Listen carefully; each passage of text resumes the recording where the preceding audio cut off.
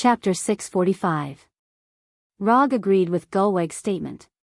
Given the current situation of the Warner God clan, they indeed needed a God King with sufficient strength to back them up. Looking at the current situation in Warnerheim, one could see how poorly Njord was doing as the God King. Asgard's garrison was not worth mentioning. After all, Asgard had stationed troops in Warnerheim for more than a year or two. However, it was Njord's responsibility to not be able to stop the invasion of the goddess of death, Hel. It was important to note that the goddess of death's army did not only attack Warner Protoss's territory and army.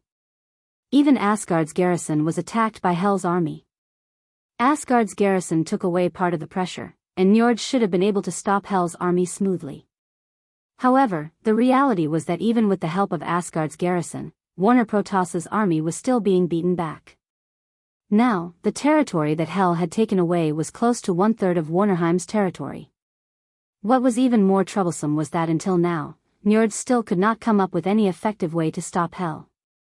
Other than the matter of the army, in the years that Njord had been the God King, Warner Protoss's culture and individual combat strength had shown a trend of decline year by year. In this regard, Njord's approach was a bit like Odin's rule over Asgard. However, the problem was that Odin did not want Asgard to be militaristic, because Asgard had enough strength to resist the invasion of foreign enemies. He did not want to start the so-called benevolent rule under the premise that he did not have enough strength to protect himself. Njord began to teach people to put down their bloodthirst and use benevolence to solve disputes in a situation where Warner Protoss did not have enough strength. This kind of culture would only cause Warner Protoss to be less and less aggressive. Previously, Warner Protoss blamed Hel's invasion of Warnerheim on Rog because of this reason. The invaders had already attacked their home, and they were still thinking about why others would invade them instead of invading others. Any race with a little bit of bloodthirst and pride would not consider this question first. They would just pick up the weapons in their hands and fight.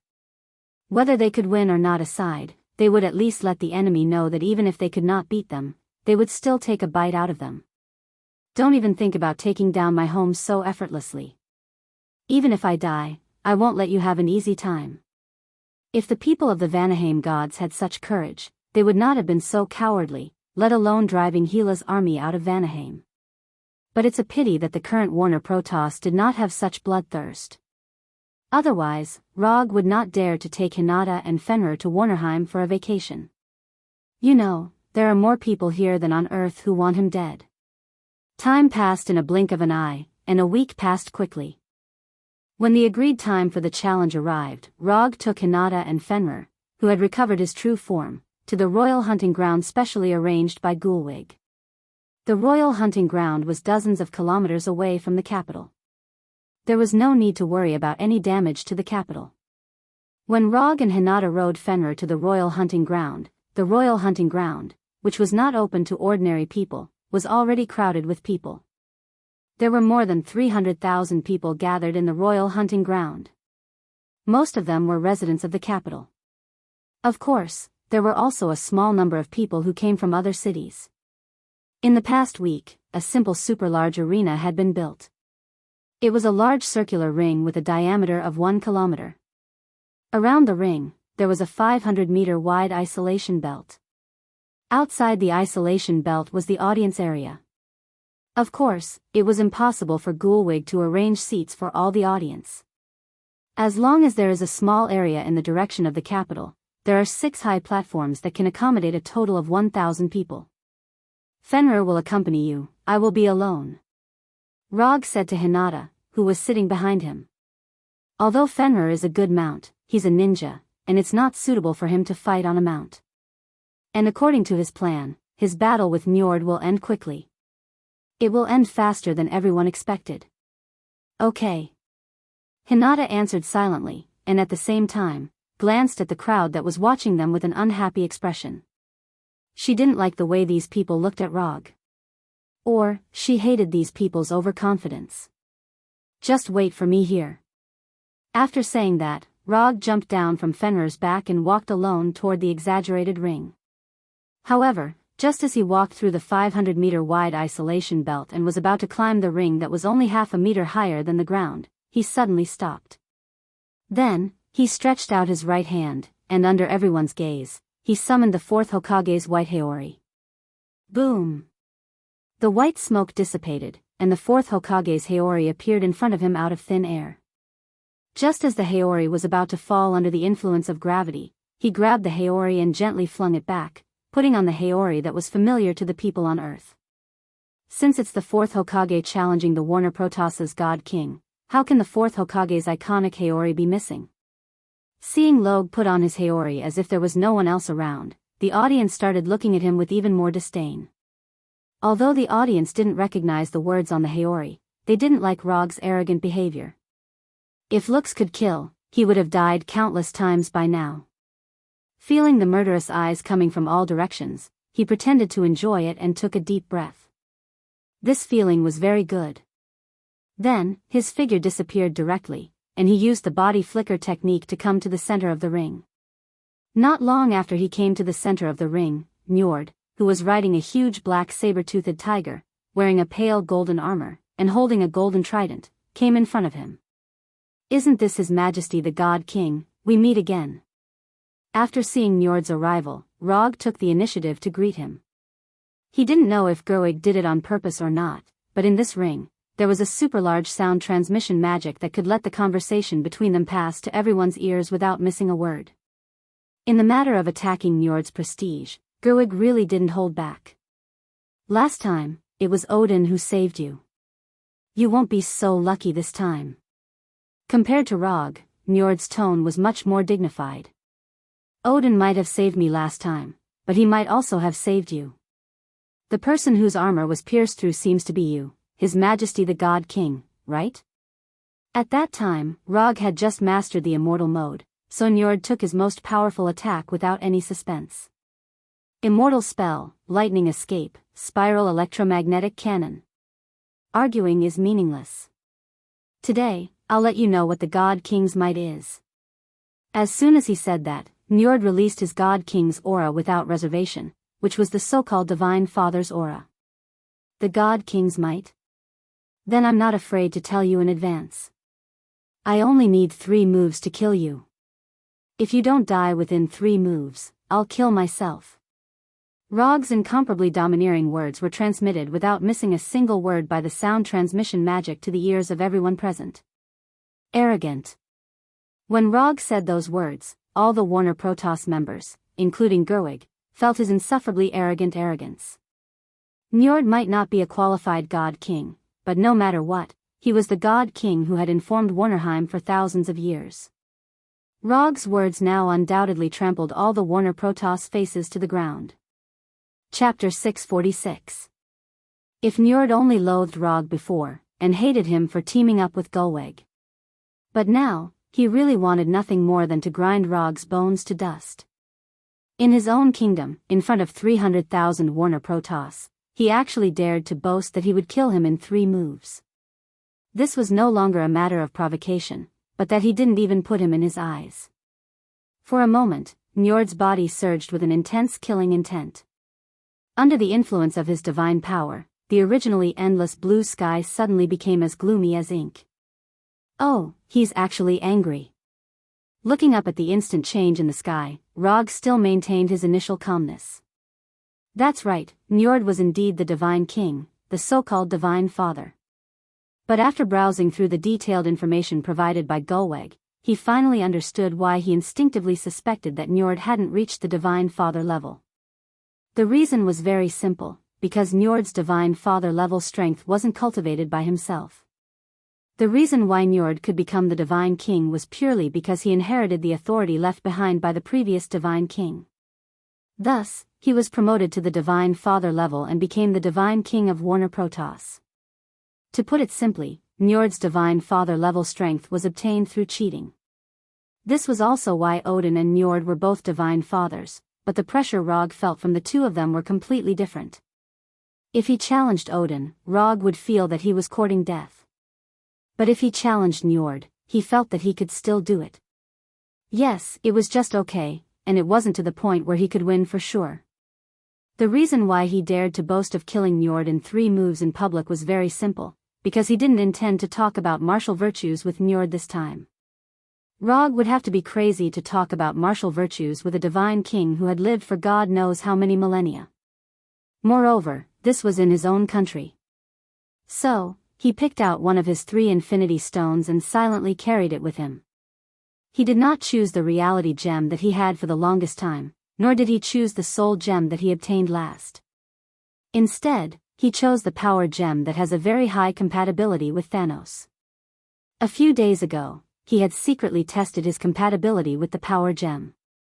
In the end, he found that it wasn't too bad. To be precise, it was even more compatible than the gem in reality. This could also be because the power gem approved of his fighting style.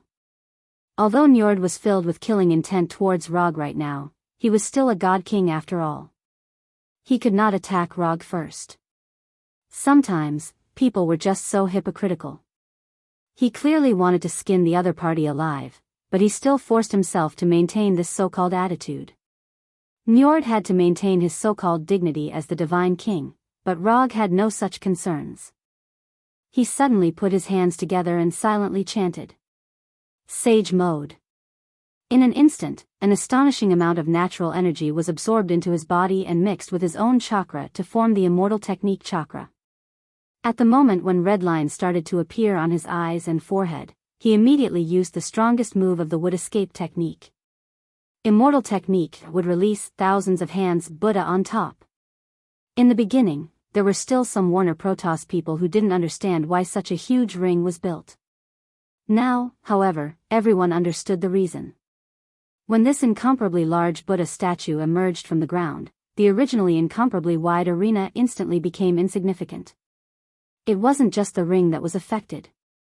Even the spectator area outside the isolation belt was affected.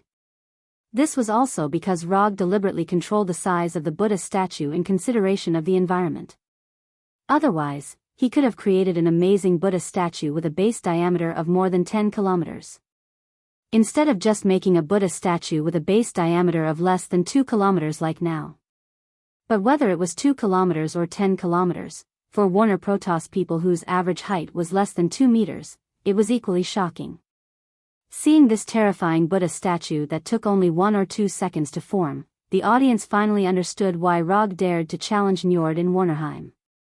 People who could display this kind of move, in their view, were no different from the real divine king. Not only were the audience shocked by the Buddha statue, but even Njord also showed an expression of disbelief. He couldn't understand how Rog, who could barely fight with him a few years ago, could grow to this point in such a short time. How did he do it in just a few years? Warner Protoss people, who had an average lifespan of thousands of years, obviously had a different concept of time than Earthlings. Not to mention that they had such a long lifespan, even Earthlings with an average lifespan of less than 100 meters couldn't understand. After summoning the Buddha statue, Rog didn't immediately control the Buddha statue to attack. Instead, he took out the power gem that emitted a faint purple light from his shirt pocket and held it tightly in his right hand. The power gem that ordinary people couldn't touch directly didn't cause any damage to him. If a 100% sage body and sage mode couldn't be recognized by the power gem, then not many people in the world could use the power gem. Looking at Njord, who didn't have any intention of leaving or hiding in the wreckage of the ring, Rog's face showed a smile. Njord lost. Although he didn't control the Buddha statue to attack, he was already sure that Njord lost. He just said in front of everyone that if he couldn't kill Njord in 3 moves, he would kill himself. It was actually a psychological tactic. He wanted to kill Njord in 3 moves. People who heard this sentence would first think that his 3rd move was the most powerful and terrifying attack. But in fact, he would directly use his most powerful attack in the 1st move and solve all problems in 1 move. The reason why he said 3 moves was to mislead Njord. And it turned out that his misdirection was effective. Njord, who was riding the huge saber-toothed tiger, didn't have any intention of dodging or leaving. Obviously, he planned to take his 1st move and calculate how powerful his remaining 2 moves would be. But Njord didn't expect that in Rog's plan, the remaining 2 moves didn't exist at all. 1 move, life and death. Under his control, the power gem's energy poured into the Buddha statue, making the originally green Buddha statue shine with a purple light. Looking at the purple light that suddenly appeared on the Buddha statue, Gulwig suddenly remembered something. But at this time, Rog controlled the Buddha statue to attack. Buddha on top. Rog put his palms together again and placed the power gem between his palms. Then, the fist behind the Buddha statue came to life in an instant, smashing toward Njord with the power to destroy heaven and earth. When the first fist of the Buddha statue arrived in front of Njord, Njord raised the golden trident in his hand. A pale blue hemispherical energy barrier completely enveloped him. Boom! A terrifying explosion rang out. The blue light and purple light mixed together, forming a dazzling ball of light. Before the sound of the explosion could reach the ears of the surrounding audience, the Buddha statue's second fist came crashing down. Then the third, the fourth, the fifth. In the beginning, one could still see the blue light formed by Njord's divine power. However, after the 20th punch, the blue light completely disappeared and was replaced by purple and golden explosive light. Yula yula yula yula yula.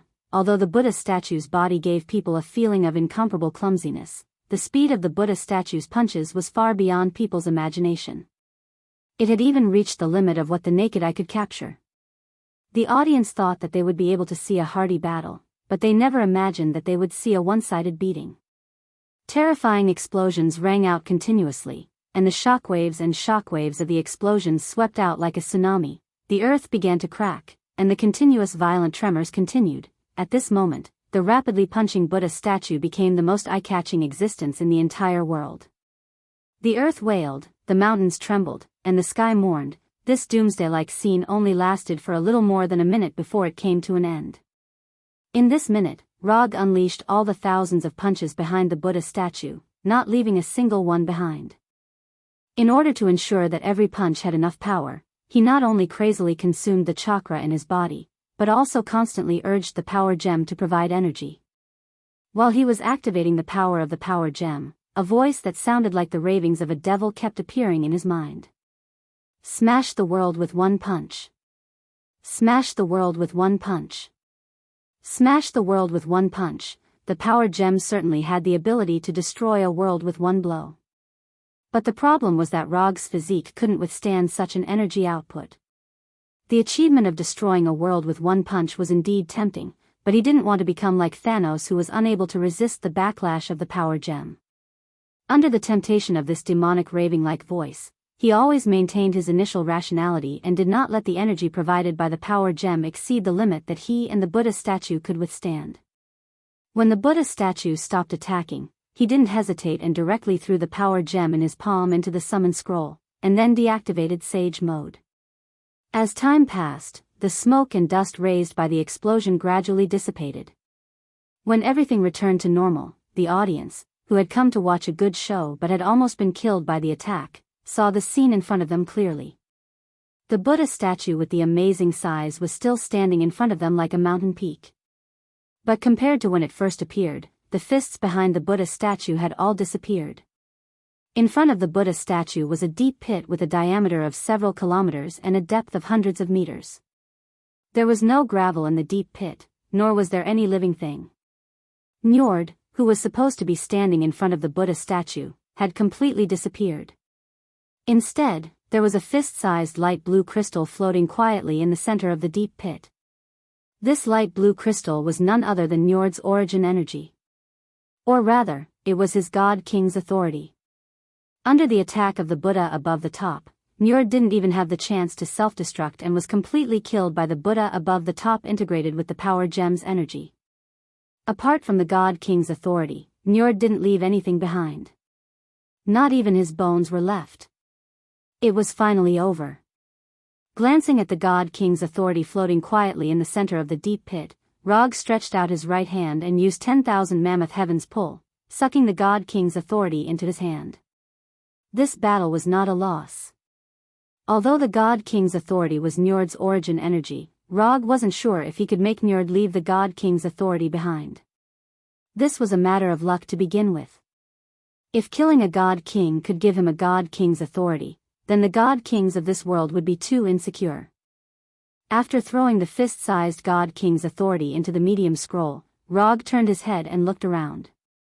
Although Gerweg had prepared a large enough arena for him, it was clear that Gerweg had underestimated his strength. A 1-kilometer diameter arena wasn't enough for him to unleash his full potential. Apart from Njord being killed by the Buddha above the top, the spectators on the opposite side of the Buddha statue also suffered heavy casualties. When the Buddha statue appeared, the spectators outside the isolation zone silently retreated a distance. However, it was clear that they didn't retreat far enough. Rog didn't know how many spectators died from the attack, but judging from the deep pit in front of him that was several kilometers in diameter, the number of spectators who died wasn't small. However, this had nothing to do with him. It was all because Gerweg's arrangements weren't appropriate enough. And these spectators obviously forgot a very important thing, that is, the battle between the strong wasn't something that everyone was qualified to watch. Sometimes, watching the fun also comes with a price. The battle between the fourth Hokage Rog and the God King Njord ended in a way that no one expected. After the death of Njord, Gerweg succeeded as the God King and issued a series of decrees. Although there were many of these God King decrees, they could be summed up in a few words. They were all militaristic and fighting to the death. After the battle with Njord, Rog didn't directly return to the royal city, but rested for a few days in the manor on the outskirts. After spending a few days with Hinata, which everyone was very satisfied with, he returned to the royal city alone, then took Gerweg's order and walked into the library that only the members of the Warner Protoss royal family could enter. Although he asked Gerweg for a month's browsing permission, Rog didn't stay in the library for a month. After the attendant told him that Gerweg agreed to let him take away a copy of any book in the library, he did not stand on ceremony with Gerweg and took away all the copies of the books in the royal library in one fell swoop. As a result, he didn't spend much time in the library. In total, he spent less than 5 days in the library. Chapter 647. After taking away all the copies of the books from the Warner Protoss Royal Library, Rog left the capital with Hinata and Fenrir. Although no one from Warner Protoss dared to express dissatisfaction in front of him, and even the people he met on the street were respectful to him. But he still lost the intention to stay in the capital to play. Traveling was always like that. Before you come, you always feel that the destination is full of scenery. But as long as you go to the destination or stay for a while, you will feel that this place is just like that. This is how Rog feels now. So after getting the reward he deserved, he directly left with Hinata and Fenrir. As for the elf girl Rosie who was auctioned by him, she was sent back to Konoha in advance. If it was calculated based on the length of the journey, Kuroto and Hinata's journey was already over. However, before returning to Konoha, he still had a small matter to deal with, that is, the abnormality after Fenrir swallowed the Black Panther god Batet. In Fenrir's head, there is still a hexagonal crystal that is neither a godhead nor an energy core.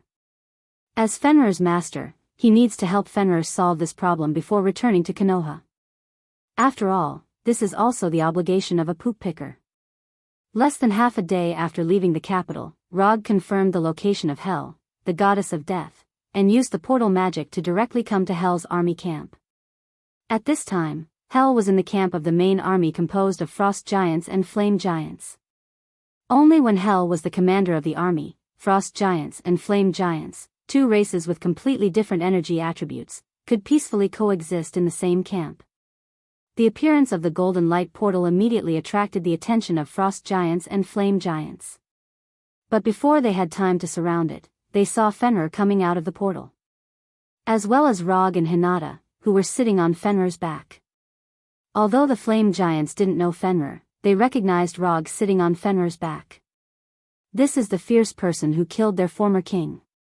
Rog did not care about these frost giants and flame giants, and directly drove Fenrir toward Hila's main tent. Just as Fenrir was about to reach Hila's main tent, Hila, who was wearing a dark green battle suit, walked out of the tent. "It really is you. What is it this time?" Hila looked up at Fenrir and Hinata, then said to Rog. "Fenrir has a small problem now. I'm not sure what's going on, and I don't have a solution. So, if you don't mind, I hope you can help me take a look." After that, Rog let Fenrir lie down and pointed at Fenrir's head. I fed him a small piece of divinity, and then a strange crystal appeared in his brain. Rog explained the ins and outs of the matter. Godhead? Ha ha ha ha ha. As expected of you. Only you can do such a thing. Ha ha ha ha. After hearing Rog's words, Hila laughed without restraint. She laughed like a queen. After laughing at Rog, Hila pointed to Hinata standing behind him and said, "Who is she to you? Girlfriend or wife?" Rog did not expect Hila to ask this question. He, who had been trained by Hinata to have a desire to survive, did not even think about it and directly said, "Her name is Hinata, now girlfriend, wife in the future." "Oh. You have good taste, and so does she." After that, Hila took back her gaze from Hinata and went straight to Fenrir. Seeing his former master come to him, Fenrir wanted to express his enthusiasm. However, when he saw Rog beside him, he decisively dismissed the thought. He laid on the ground without moving, not daring to show any signs of intimacy. Hila raised her right hand and gently stroked Fenrir's head, then controlled the divine power of death to surge into Fenrir's head. Hila's perception lasted for more than a minute before it ended. After retracting her right hand, she slowly said, "Fenrir is not much of a problem. It's just that his current body can't support him to condense his own godhead. Fenrir was resurrected by you. You should know that Fenrir is not a complete life, and his soul is still in an incomplete state. If I'm not wrong, you should have reached some cooperation with the Lord of Hell, Mephisto, and used part of Mephisto's power to finally resurrect Fenrir. Normally, there is no problem with this method of resurrection, but the Fenrir resurrected in this way is not a complete Fenrir. But you don't have the divine power of death, so it's normal that you can't notice this." Hila explained Fenrir's current state. Although she did not say it, Rog could already see that Hila had a way to repair Fenrir's soul. "What do you want?" Rog said directly. "Do you still have the Godhead fragment that Fenrir swallowed? If you do, I want that Godhead fragment. If you don't, then you can only follow my army for a while." Hila said the reward she needed. For her who has almost touched the threshold of Divine Father, although the Godhead fragment of the Black Panther god Batet is not particularly useful, it is still a good reward. "I just have one more." After saying that, Rog used the psychic technique to summon the remaining Godhead fragment. After receiving the Godhead fragment from Rog, Hila suddenly raised her eyebrows and continued, "I heard that you killed Njord a few days ago and got his Godhead authority. This can't be given to you, I have use for myself." Although Njord's Godhead authority is inconsistent with his ninja path, it is still an extremely rare and precious item. More importantly, the Godhead authority can allow him to further enhance his physique and strength after eating the chakra fruit. Therefore, Njord's Godhead authority, he will not give it to Hila no matter what. Njord himself inherited the authority of the previous Godhead, so he took the crucial step and was promoted to the Godhead. If he gives Njord's Godhead authority to Hila, he can guarantee that in a few days, Hila will become the Godhead, the so-called Divine Father. "I'm just asking, I don't plan to take it. Although I don't have much contact with this old woman, I know that she is a very scheming woman. You took away Njord's Godhead authority, you have to be more careful yourself. That old woman is not as simple as you think." Hila glanced at Rog and said slowly, "Thank you, I will be careful. Well, there is nothing else. Fenrir will stay with me for a while, about a month or so on Earth. You can come and pick him up then." "No problem, thank you for your hard work." After patting Fenrir, who still hadn't reacted, Roger left with Hinata and opened the portal back to Konoha's hidden village. Rog is not worried that Fenrir will not want to return to his side after staying with Hila for a month. To some extent, Fenrir is a wolf with good morals. He will not make unwise choices that endanger his life. More importantly, Hila will not rob him of Fenrir. If Hila wants to get Fenrir back, she has a more effective way. For example, consuming one of Rog's 3 promises. Compared with when he left, Konoha's hidden village has not changed much. The infrastructure and expansion work that should be carried out is still continuing, and the interstellar trade that should be carried out is also constantly being carried out. In other words, whether Rog is in Konoha's hidden village or not, it will not have any impact on the development of Konoha's hidden village. Of course, when Konoha is invaded by a powerful foreign enemy, Rog, the fourth Hokage, can play a role. After returning to Konoha's hidden village, Hinata just returned to the Hokage's mansion to change her clothes, and then went to the Hokage building with Roki, who was sent back in advance. Hinata took her new personal assistant Roki to the Hokage building, while Rog went alone to the lush forest outside Konoha's hidden village. With the various plants provided by Igo, the planet Tatooine has been completely restored. Just by looking at the current environment of Tatooine, it is completely impossible to imagine that it was a desert a few years ago. This is my planet. Rog himself didn't expect that after coming to this world, he would have a planet that completely belongs to him. This is more than a difference for him who almost couldn't afford to pay the rent before. After calming down, he summoned the silver surfboard of the Silver Shadowman. Because he wanted to challenge Njord, he didn't study this surfboard seriously. After returning to his own territory, he finally had time to satisfy some of his little curiosity. However, he didn't expect that his research on the silver surfboard would take more than half a month. The location of the research was also moved from the forest outside the village to the laboratory in the village. After more than half a month of research, he can basically be sure that the former owner of the surfboard, the Silver Shadowman, is not dead, but he doesn't know where he fell. In addition, through the study of the cosmic energy on the surfboard, he found a way to devour all the energy of a planet in just 2 or 3 days. How to say it, this method of devouring is very similar to Uncle Devourer. Unlike his Sage mode, which only integrates natural energy, the method of devouring energy developed on the surfboard is directly aimed at completely destroying a planet. All the matter and energy on the planet are reduced to the purest cosmic energy. Then, it is eaten in one bite. This method of devouring makes him unconsciously think of the truth-seeking ball. The truth-seeking ball can also devour everything formed by the nature of yin and yang, the 5 elements, and return everything to nothingness. However, compared to the truth-seeking ball, the method of devouring the planet provided by the surfboard is much simpler and more crude. In addition to the method of completely devouring the planet developed from the surfboard, Rog's biggest gain is to figure out how to transform cosmic energy into natural energy. It may not be appropriate to call it natural energy. To be more precise, it should be to transform cosmic energy into forms such as heat, gravity, or kinetic energy that are common on the planet. Quickly devouring the planet and transforming cosmic energy into other forms are the most important gains of his research over the past half a month. In addition, there are only 2 gains left, knowing that the Silver Shadowman is not dead and that the surfboard can constantly absorb energy from the universe. These studies are of no help to his ninja strength, but they allow him to see some things that can only be seen at the Heavenly Father level. The gains obtained from the surfboard, plus Njord's God King authority. With the existence of these 2 things, he is confident that after eating the chakra fruit, he will quickly gain a foothold at the Heavenly Father level. If possible, he can even try to advance to the single universe level and the multiverse level. Of course, all of this has to wait until he eats the chakra fruit and improves his strength, physique, soul, and status to the peak of the Heavenly Father level. After finishing his research on the surfboard, he began his carefree life as a hands-off shopkeeper. Because of the existence of the silver surfboard, he now has fewer opportunities to use the superlight rock technique. Compared with the silver surfboard, the superlight rock technique is far inferior in speed and flexibility.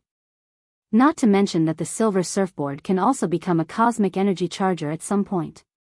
Half a month later, he went to Warnerheim again and took back Fenrir from Hela. At the same time, he learned about the recent situation in Warnerheim. It has to be said that after Gulweg succeeded as the God King, Warner Protoss finally had a little bit of the God race. The situation that was originally dominated by Hela returned to a state of parity under the command of Gulweg. And this is still under the condition that Asgard's garrison is not taken into account. If Asgard's garrison is included, Warner Protoss can be regarded as beating Hela's forces back again and again. Rog did not intervene in the war in Warnerheim and returned directly to Konoha with Fenrir. According to Hela, she has completed Fenrir's soul and promoted Fenrir from a demonic beast to a demigod. Yes, only a demigod. In the end, Fenrir failed to be promoted to the realm of godhood and godhood. However, compared to before, Fenrir still had a huge change. The most obvious change was that Fenrir changed from a black wolf to a silver wolf, and it was a silver wolf that could speak human language. As for how Hela did it, Rog didn't know. However, he was still very satisfied with Fenrir's new image. At Fenrir's request, he sent Fenrir to the werewolf kingdom on Earth, the summit of the peaks, and let Fenrir become the guardian of the werewolves. This was also the path that Black Panther god Bast had chosen to become a god. The only difference was that Black Panther god Bast chose to guard the Wakanda people at the time, while Fenrir chose to guard the werewolves. For Rog's practice of sending a demigod creature to Earth, his magic teacher, Ancient One, did not express any dissatisfaction. However, his junior brother, Strange, had some small opinions. However, Strange's opinion was directly ignored by Rog. Strange was still young and had not yet taken over the position of Sorcerer Supreme from Ancient One. After he became the Sorcerer Supreme, he would know that there were all kinds of monsters on Earth. Fenrir was a little demigod and was nothing at all. Chapter 648. After sending Fenrir back to Earth, Rog's leisure days were officially over. Now there is more than a month left before the chakra tree fully matures. He needs to adjust himself to the best state during this time, and then eat the chakra fruit that can make him an immortal. In fact, other than adjusting his condition, there was nothing else he could do. If possible, he also needs to raise the resonance of QB in his body to the level of complete compatibility. Although after eating the chakra fruit, the biju's help to him is not so obvious. But in any case, QB was exchanged for 2,000 ninja coins.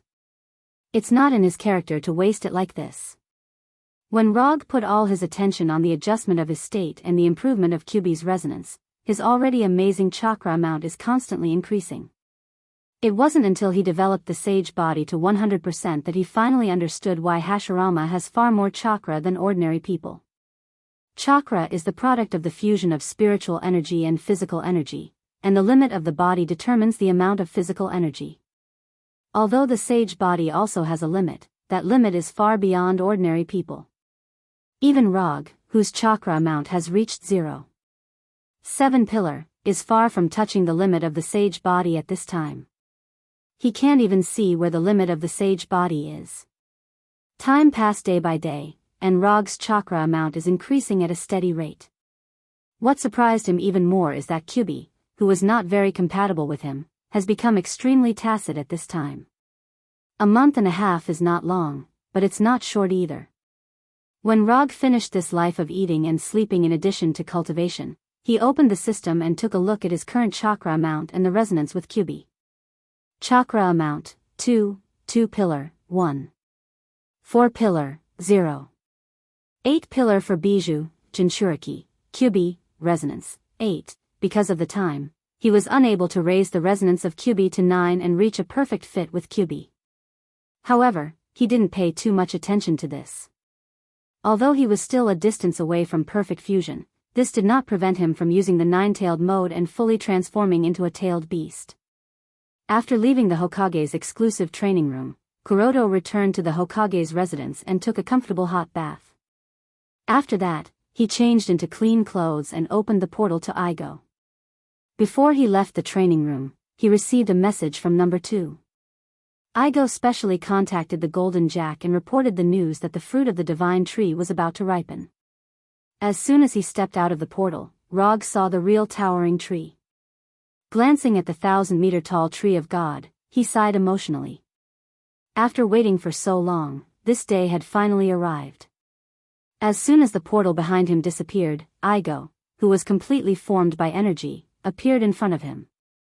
Compared to before, Igo's appearance now looked even older. Although Igo had a head full of white hair in the past, he didn't look old at all.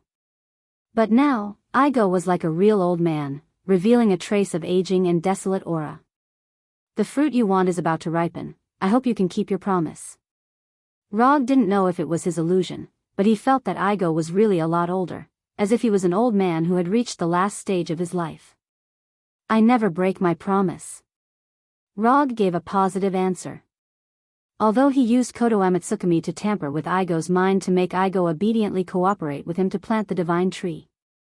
But in any case, Igo paid a lot for the maturity of the divine tree. The divine tree is the root of all chakra and the most important strategic weapon of the Otsutsuki clan. If the divine tree wants to mature, it needs to spread its roots to every corner of the planet and absorb the life chakra of all the creatures on the planet. When the life chakra of the entire planet is absorbed, the divine tree will mature and bear the chakra fruit. In other words, the moment the chakra fruit matures, all the life on the planet will die. If Rog had planted the divine tree in the normal way, the chakra fruit would have indeed taken all the life on the planet. However, he had used a rather tricky method to plant the divine tree on Igo, a planet that possessed self-awareness. With Igo's cooperation, the roots of the divine tree did not spread to the whole planet, and the chakra fruit did not take all the life on the planet. But even so, the divine tree still brought great harm to Igo's planet. Compared with the previous Igo star, the current Igo star is more than a little desolate. If observed from outer space, it can be clearly seen that nearly half of the Igo star has become a desert and a dead land. That's good. After this matter is over, let's try not to meet in the future. I'm old and can't stand the stimulation given by you young people. In terms of the life on the planet, Igo is still very young. But compared to Rog and the others, Igo is an out-and-out old man. He is even older than Odin. We can still meet. Don't worry, I will only do this kind of thing once, there won't be a second time. As long as you don't plan to expand the life of the planet in the future, I won't make things difficult for you. Igo may not have been a good planet in the past, but Rog still likes Igo now. In any case, Igo is giving his life to the divine tree to devour. Just this point alone has changed Rog's view of him a lot. Let's talk about that later. Since you're here, then I'll let the fruit have its final energy devour. As soon as his voice fell, Igo turned into a mass of blue-white energy and disappeared.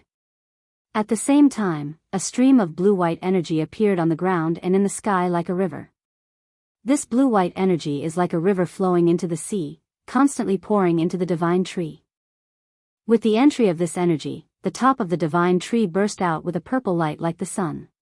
After seeing this scene, Rog didn't hesitate and used the super light rock technique to fly to the top of the divine tree. As the blue-white energy continued to pour in, the purple light at the top of the divine tree became more and more dazzling. When Rog flew to the top of the divine tree, the purple light was so dazzling that even he couldn't open his eyes. This dazzling purple light didn't last for too long. In less than a minute, the light gradually dimmed. When the light completely disappeared, Rog came to the top of the divine tree like a platform and walked toward the small chakra fruit. Compared to the huge body of the divine tree, the chakra fruit is so small that it makes people wonder if the fruit is ripe or not. Looking at this purple fruit that is not much bigger than the palm of his hand, Rog hesitated for a moment. Then, he stretched out his right hand and plucked the fruit. The moment he plucked the chakra fruit, the 1,000-meter-tall divine tree suddenly shook violently. Under Rog's gaze, this mountain-like divine tree quickly withered. In just a few seconds, it withered to the point where it was blown away by the wind. Rog didn't know if this is a normal phenomenon after a fruit has ripened, but he didn't care too much about it. Instead, he focused on the chakra fruit in his hand. From its appearance, the chakra fruit is a bit like a purple apple. Just by looking at its appearance, Rog couldn't see anything special about this chakra fruit. But when he used the chakra perception technique to seriously sense the fruit in his hand, he felt an indescribable terrifying chakra. Unlike the so-called 7-attribute chakra, the chakra in the fruit doesn't have any attributes. It is just a pure primitive chakra. It should be right. The divine tree is the root of all chakra, so the chakra fruit of the divine tree should also be the purest and most original chakra. After taking back his gaze from the chakra fruit, Rog once again cast the portal magic and returned to Konoha Hidden Village. Although Igo is quite pleasing to the eye now, he doesn't dare to eat the chakra fruit in front of him. Who knows what will happen after eating the chakra fruit? After returning to the training room that only he can use, he swallowed his saliva and then put the chakra fruit in his mouth. After hesitating for a few seconds, he opened his mouth and bit the chakra fruit. At the moment when the chakra fruit entered his mouth, he unexpectedly found that the chakra fruit didn't taste as bad as he thought. It could even be said that the taste was not bad. Soon, the chakra fruit was completely swallowed by him, not even the core was left. That's it? The chakra fruit was eaten, but Rog didn't feel anything different. His body didn't change, the chakra fruit didn't change, nothing changed. What's going on? It shouldn't be. The sapling of the divine tree was exchanged from the system, there should be no problem. The ripening of the fruit was also done under his watch. Igo couldn't have had the opportunity to do anything, and it's impossible for Igo to do anything. Others may not know how much importance he attaches to the chakra fruit, but Igo must be very clear. He wouldn't risk his life for that. So what's the situation now? Just as Rog was considering whether to do a detailed examination of his body, an unbearable pain suddenly came from his forehead. Fuck. Even if he has been fighting for a long time, he was stimulated by this pain and couldn't help but hold his head, and his body trembled uncontrollably. The pain from his forehead didn't stop, and there was also a burst of tearing inhuman pain in his body. If it was physical pain, it was still at a level that he could barely accept. But what happened next was completely beyond Rog's expectations and control. The chakra in his body began to operate uncontrollably. The nine-tailed beast that was sealed in his body also let out a painful howl, and frantically destroyed the seal. From the beginning, he had the 7 attributes of chakra: fire, water, wind, thunder, earth, yin, and yang. It began to develop in a direction that he had never understood before. Or rather, fusion. The 7 attributes disappeared little by little, and in their place, there was a golden chakra without any attributes. While the chakra was fusing strangely, the pain from his forehead became more and more obvious, as if someone was constantly hacking his forehead with an axe. The pain and stimulation from every corner of his body occupied all his consciousness and thoughts. He couldn't even feel the passage of time and the existence of space. When his consciousness returned to his body, Rog found himself kneeling on one knee in the training room with sweat all over his face. As soon as he opened his eyes, he raised his right hand and touched his forehead. Then, he didn't touch anything that shouldn't exist. Fortunately, it's not the situation he imagined. But just in case, he still used the flying Thor and returned from the training room to the bathroom of the Hokage's mansion. After confirming that he didn't grow a third eye, he finally breathed a sigh of relief. When the severe pain came from his forehead, he remembered Otsutsuki Kagaya and Otsutsuki Momoshiki with 3 eyes. However, it turned out that he was just scaring himself. As a normal person on Earth, he didn't want to grow an eye on his forehead that shouldn't exist. Even if that eye is Rinnegan, it's still not good. Although there was no new Rinnegan on his forehead, the Rinnegan in his right eye was a little different from before. The Rinnegan in his right eye was an ordinary lavender Rinnegan. At this time, his Rinnegan has become golden Rinnegan. What's more different is that on the circle of Rinnegan, there is a black Magatama. He counted a total of 9 Magatama. After counting the Magatama in his right eye, he looked at his left eye. His left eye, which was supposed to be Sharingan, has also become golden Rinnegan, and it also has Magatama. But unlike the 9 Magatama in his right eye, his left eye only has 6 Magatama. At this time, is there still a sense of asymmetry?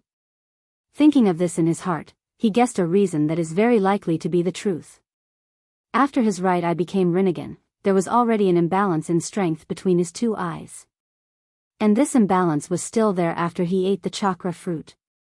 The right eye was originally an ordinary Rinnegan. Under the strengthening of the chakra fruit, it was strengthened to 9 Magatama Rinnegan. And the left eye, which was originally Manjiki Sharingan, was strengthened to 6 Magatama Rinnegan. If he knew this would happen, he should have upgraded both eyes to Rinnegan. After complaining about himself being lazy before, he took off his clothes that were completely soaked in sweat and began to take a bath again. Although the left eye has 3 Magatama less than the right eye, he is not particularly worried.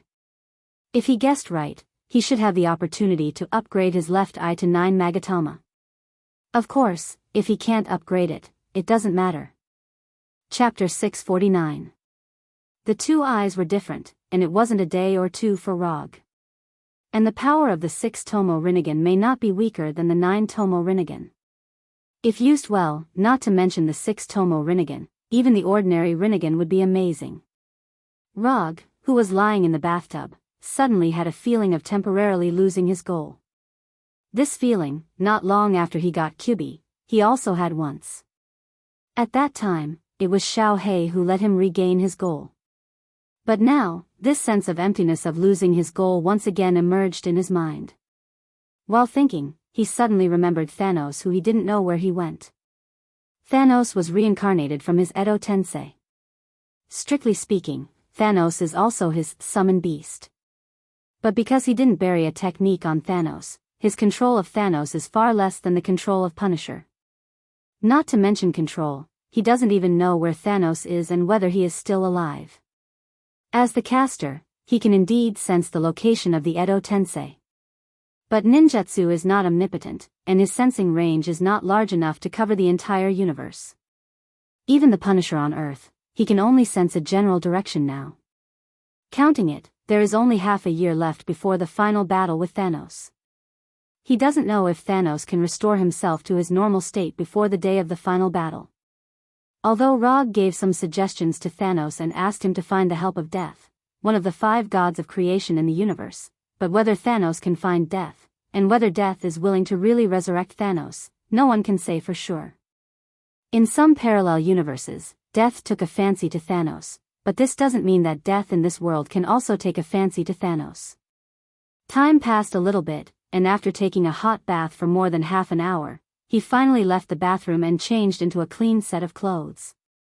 Although he doesn't know the specific situation of Thanos, he still intends to implement it according to the established plan, that is, to use this half a year to completely stabilize his strength, and then have a final battle with Thanos.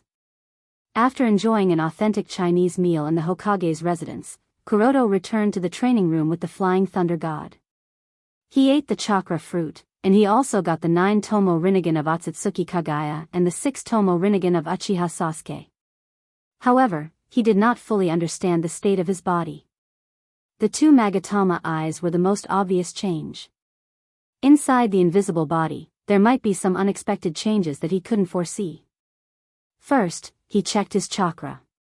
Compared to his previous 7-attribute chakra, his current chakra no longer had any attributes. Its color had also changed from light blue to gold. He condensed a Rasengan in his right hand, and then he saw a golden Rasengan. Although he personally preferred the previous blue Rasengan, the gold one looked okay. It gave off a feeling that it was very expensive. After confirming that there was no damage to his meridians and organs, he allowed his consciousness to enter the 8-trigram seal. The internal space in the 8-trigram seal looked no different from before. It was still a huge cave, with a pool of water in the cave, and a closed metal door in the innermost part. The environment didn't seem to have changed, but the problem was that Kyubi, who should have stayed in the sealed door, was gone. What happened? When he was suffering from the pain caused by the chakra fruit, he vaguely felt Kyubi going berserk. But at that time, he was in extreme pain, so he didn't pay attention to Kyubi.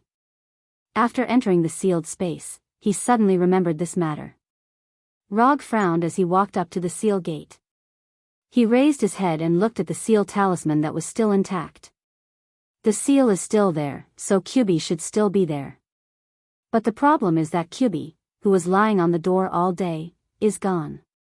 Eating the chakra fruit will cause the disappearance of Bijou? This thought appeared in Rog's mind for the first time. But this guess was quickly thrown to the back of his mind. After opening the system and taking a look, he found that his Jinchuriki column was still there, which was unexpected. He was still Kyubi's Jinchuriki. So the question is, where did Kyubi go? I spent 2,000 ninja coins to exchange for the complete Kyubi. Thinking of the pain he suffered when he accumulated ninja coins, he directly condensed the golden chakra hand and tore the seal on the door. Then, he pushed open the tens of meters high metal door. Bang! The metal door slammed heavily on the wall of the cave, shaking a lot of huge stones. Rog ignored the falling stones and went straight into the dark cave where the fire couldn't illuminate. However, just as he moved more than 10 meters, a claw bigger than a person attacked him. Rog didn't dodge, he directly raised his right hand and grabbed one of the claws, holding the right hand that was similar to a human's hand. It turned out to be waiting for me here. After tearing the seal on the door, he felt Kyubi's chakra, and then he understood Kyubi's idea. Although Kyubi in his body is not as spiritual as Kurama, he also has his own thoughts. Although it's the instinctive thinking of a beast, it's enough to make some choices. For example, after suffering some inexplicable disaster, Kyubi chose to attack him as a Jinchuriki. Before eating the chakra fruit, Rog was confident that he could directly suppress Kyubi with Manjiki Sharingan. Not to mention that he now has 2 Magatama Rinnegan. Without any thinking, he directly urged the eye power of Rinnegan and let these invisible eye power fall on Kyubi, who was hiding in the shadows. In less than a second, Kyubi, who had a strong killing intent towards him, was forcibly tamed by him. After suppressing Kyubi with dojutsu, he stretched out his left hand and snapped his fingers, and a cluster of flames appeared out of thin air in the cave. Under the illumination of the flames, he slowly said to Kyubi, who could fully understand what he said, "This is the last time I discuss this with you. If you still don't agree, I won't force you in the future, but you won't have any chance to perceive the outside world, so I hope you can answer me after serious consideration. Are you willing to lend me all your power without reservation?" Rog has tried many methods to improve the resonance between himself and Kyubi. But no matter how he deals with it, there is always a looming barrier between him and Kyubi. This is why he has been unable to increase the resonance to 9. After eating the chakra fruit, or to be precise, after obtaining Magatama Rinnegan, he finally knew what the problem was. He is not Naruto, and Kyubi is not Kurama with enough wisdom. It is impossible for him to achieve a perfect fit with Kyubi using Naruto's method. Kurama has the same wisdom as humans, so he can understand Naruto and is willing to be Naruto's most reliable friend. But Kyubi in front of him can't do this. Because from the beginning to the end, Kyubi in front of him is a bijou with beast instincts. There is only one way to make a beast fully recognize you and obey you, that is, to completely beat it and let it know who is the master. So Rog doesn't intend to reason with Kyubi, nor does he intend to have a friendly conversation with him. He wants to use his fist to let Kyubi know who is the real boss. After saying that, he put down Kyubi's paw and silently waited for Kyubi's response. Although Kyubi can't speak, he is sure that Kyubi definitely knows what he is saying. Even a pet dog can roughly understand the master's meaning. As a bijou, Kyubi can't understand his meaning. 5 seconds, 10 seconds, 20 seconds, Rog didn't urge Kyubi, but quietly stood in front of Kyubi. He gave Kyubi 1 minute. If Kyubi doesn't respond or refuse him within a minute, then he will let Kyubi completely lose the opportunity to perceive the outside world. Kyubi does have a lot of chakra, but for him who has eaten the chakra fruit, chakra is no longer a problem. Except for the Kyubi mode and the complete bijou mode, Kyubi's value to him has dropped to a dispensable state. 50 seconds, 55 seconds, just when Rog was about to turn around and leave the cave, and then completely seal Kyubi in the cave, Kyubi finally gave a response. Kyubi put away his paw, clenched his right hand into a fist, and then put his huge fist in front of Rog. Fist bump? Although his Kyubi is not Kurama, he still retains the habit of fist bumping. Looking at Kyubi with satisfaction, Rog also raised his right hand and bumped fists with Kyubi. When these two completely unequal fists collided with each other, a strange feeling suddenly appeared in Rog's body. Without opening the system page, he knew that this strange feeling was the feeling of perfect resonance. Kyubi finally completely recognized him. From today onwards, you'll be called 9 Circles. Rog, who is bad at naming, gave Kyubi a new name that he thought was okay. However, as soon as he said the name, Kyubi put his fist away. Dissatisfaction was written all over his face. You don't like 9 circles, what about 90,000? Kyubi continued to shake his head. 90,000 is not enough, what about 9 ropes? Kyubi still shook his head. Last time, 9 luminaries. If you still don't like this name, then you can only be called 9 circles. Although Kyubi did not understand what 9 luminaries meant, he knew that the name 9 luminaries was already much better than 9 circles and 90,000. After seeing Kyubi, no, now it should be 9 luminaries nodding satisfactorily, Rog continued, I won't put the seal back, you can move freely in this relatively spacious space. If there is a chance in the future, I will find a way to let you go outside and experience the real world. 9 luminaries gave him face, so Rog would certainly consider 9 luminaries' behalf. Of course, it was impossible to let 9 luminaries completely leave the seal, but he could use the reality gem to create a temporary shell for 9 luminaries and let it experience the real world for a period of time in the outside world, just like what he did on Titan Star. After dealing with 9 luminaries, his consciousness returned to his body and he continued to check his condition. More than half an hour later, he finished checking his body. Excluding the strengthening of his body, there was nothing wrong with his body and he was very healthy. There were no hidden injuries, there was nothing wrong with him, his meridian system was intact, and the amount of chakra was also very satisfactory. Before eating the chakra fruit, his own chakra amount was 4 pillars. Now, his chakra amount has reached an astonishing 5 pillars, and this is not counting the Bija chakra. If the Bija chakra is added, his chakra amount has reached an astonishing 4 pillars. In addition, he didn't know if it was his illusion, but he always felt that the golden chakra consumed less energy when using ninjutsu, and the response was faster. The consumption was less, which was a good thing. However, the fact that it had a faster response seemed to be of little use. He could use ninjutsu without any seals, and it was faster on the basis of instant cast, but the result was still instant cast. After confirming that there was nothing wrong with his current body, he began to think about the ninjutsu that Otsutsuki Kagaya had. Infinite Tsukimi was not needed, he had no intention of ruling the world. However, he was still very interested in ninjutsu like Yomibai, Heaven's Defense, 80 Gods Air Attack, Grey Bone, and Expansion Truth-Seeking Ball. After deciding the plan for the rest of the year, he left the training room with the Flying Thunder God and came to the Hokage building. To be precise, he came to Hinata. At this time, Hinata was looking at the display in front of her seriously and frowning from time to time.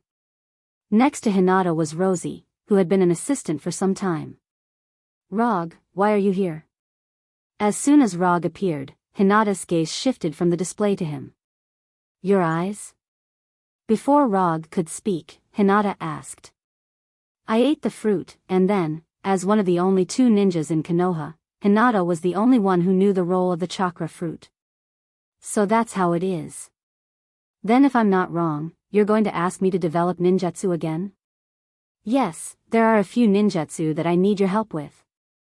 Rog's combat power is far beyond Hinata's, but in terms of ninjutsu development ability, even 10 of him together are not Hinata's opponent. Although he can also choose to go to the system to exchange for ninjutsu, he doesn't need to look to know how expensive the ninjutsu he wants will be. Now, he has no interest in performing tasks to accumulate ninjutsu. "Rosie, you go out." Hinata didn't directly answer Rog, but asked Rosie to leave the office. When Rosie left the office and closed the door, Hinata continued, "Tell me, what kind of ninjutsu are you going to develop this time?" Chapter 650. After sorting out the language, Rog told Hinata about the Sharingan ninjutsu he wanted to learn. Of course, he mainly introduced the effects, characteristics, and some of his own understanding of these ninjutsu. As for the specific development, he can't do much. At most, he can cooperate with Hinata to do some tests on the Sharingan. "The ninjutsu you want to develop are not simple, I may not be able to develop them." After listening to Rog's description, Hinata frowned and answered. If possible, she certainly hopes that she can meet all the requirements made by Rog. But some things can't be done just because she wants to. Although Hinata has the Byakugan, she only has the Byakugan. Not to mention the Sharingan, she doesn't even know much about the ordinary Rinnegan. It doesn't matter, just do your best. Looking at Hinata's dignified expression, Rog felt that he was a bit too irresponsible as the 4th Hokage. Not to mention Tobirama, who is a master of ninjutsu research and development. Even compared to the other Hokage, his ninjutsu research and development ability is far inferior. Even the 7th Hokage, Naruto, who is known as a wall hanger, has at least developed a dozen or 20 different ninjutsu. Okay. Then wait for me, I will transfer the work at hand to number 2. After saying that, Hinata delegated all the work that she is currently dealing with and may need to deal with in the future to number 2, who never asks for overtime pay. After completing the handover of work, she stretched out her right hand towards Rog. Rog didn't hesitate and smiled and took Hinata's hand. Then the two disappeared from the office together. Although Hinata's ability to develop and learn ninjutsu is amazing, for some reason, she can't learn the Flying Thor ninjutsu. Even if Rog personally taught her, it didn't help. After several attempts, Hinata also gave up learning the Flying Thor. Through the Thor, Rog and Hinata arrived at Hinata's personal laboratory. Although Rog is the Hokage in the village, the laboratory with the highest specifications is not his laboratory, but Hinata's. What he owned was the training room with the highest specifications. After arriving at the laboratory, Hinata went straight to the 5-meter-long test bench and put on the white coat hanging on the side. Then, he took out a syringe. Seeing these needles of different sizes, Rog unconsciously swallowed his saliva, and then came to Hinata as if he had accepted his fate. There was nothing wrong with Hinata doing experiments. The only drawback was that it consumed a lot of HP. It was the kind of consumption of blood in the truest sense. When Hinata collected enough blood samples, she checked Rog from top to bottom, from inside to outside. After that, she drove Rog out of the laboratory. The rest is Hinata's battlefield. In this regard, there wasn't much Log could do to help. To be precise, he could only provide experimental samples and test targets. After coming out of Hinata's exclusive laboratory, Rog didn't plan to return to Earth or go anywhere else. He returned to his Hokage's residence alone and put on the Kree Empire's console game helmet. Professional things should be left to the professionals, this is the principle he has always believed in. Although it seems that he is lazy, for Hinata, as long as he doesn't cause trouble, he is the best help.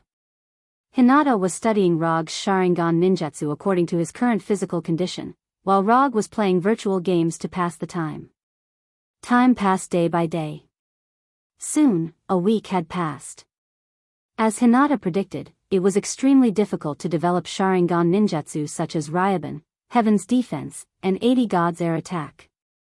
A week has passed, and Hinata still hasn't figured out the principles of these jutsu, let alone successfully developing them.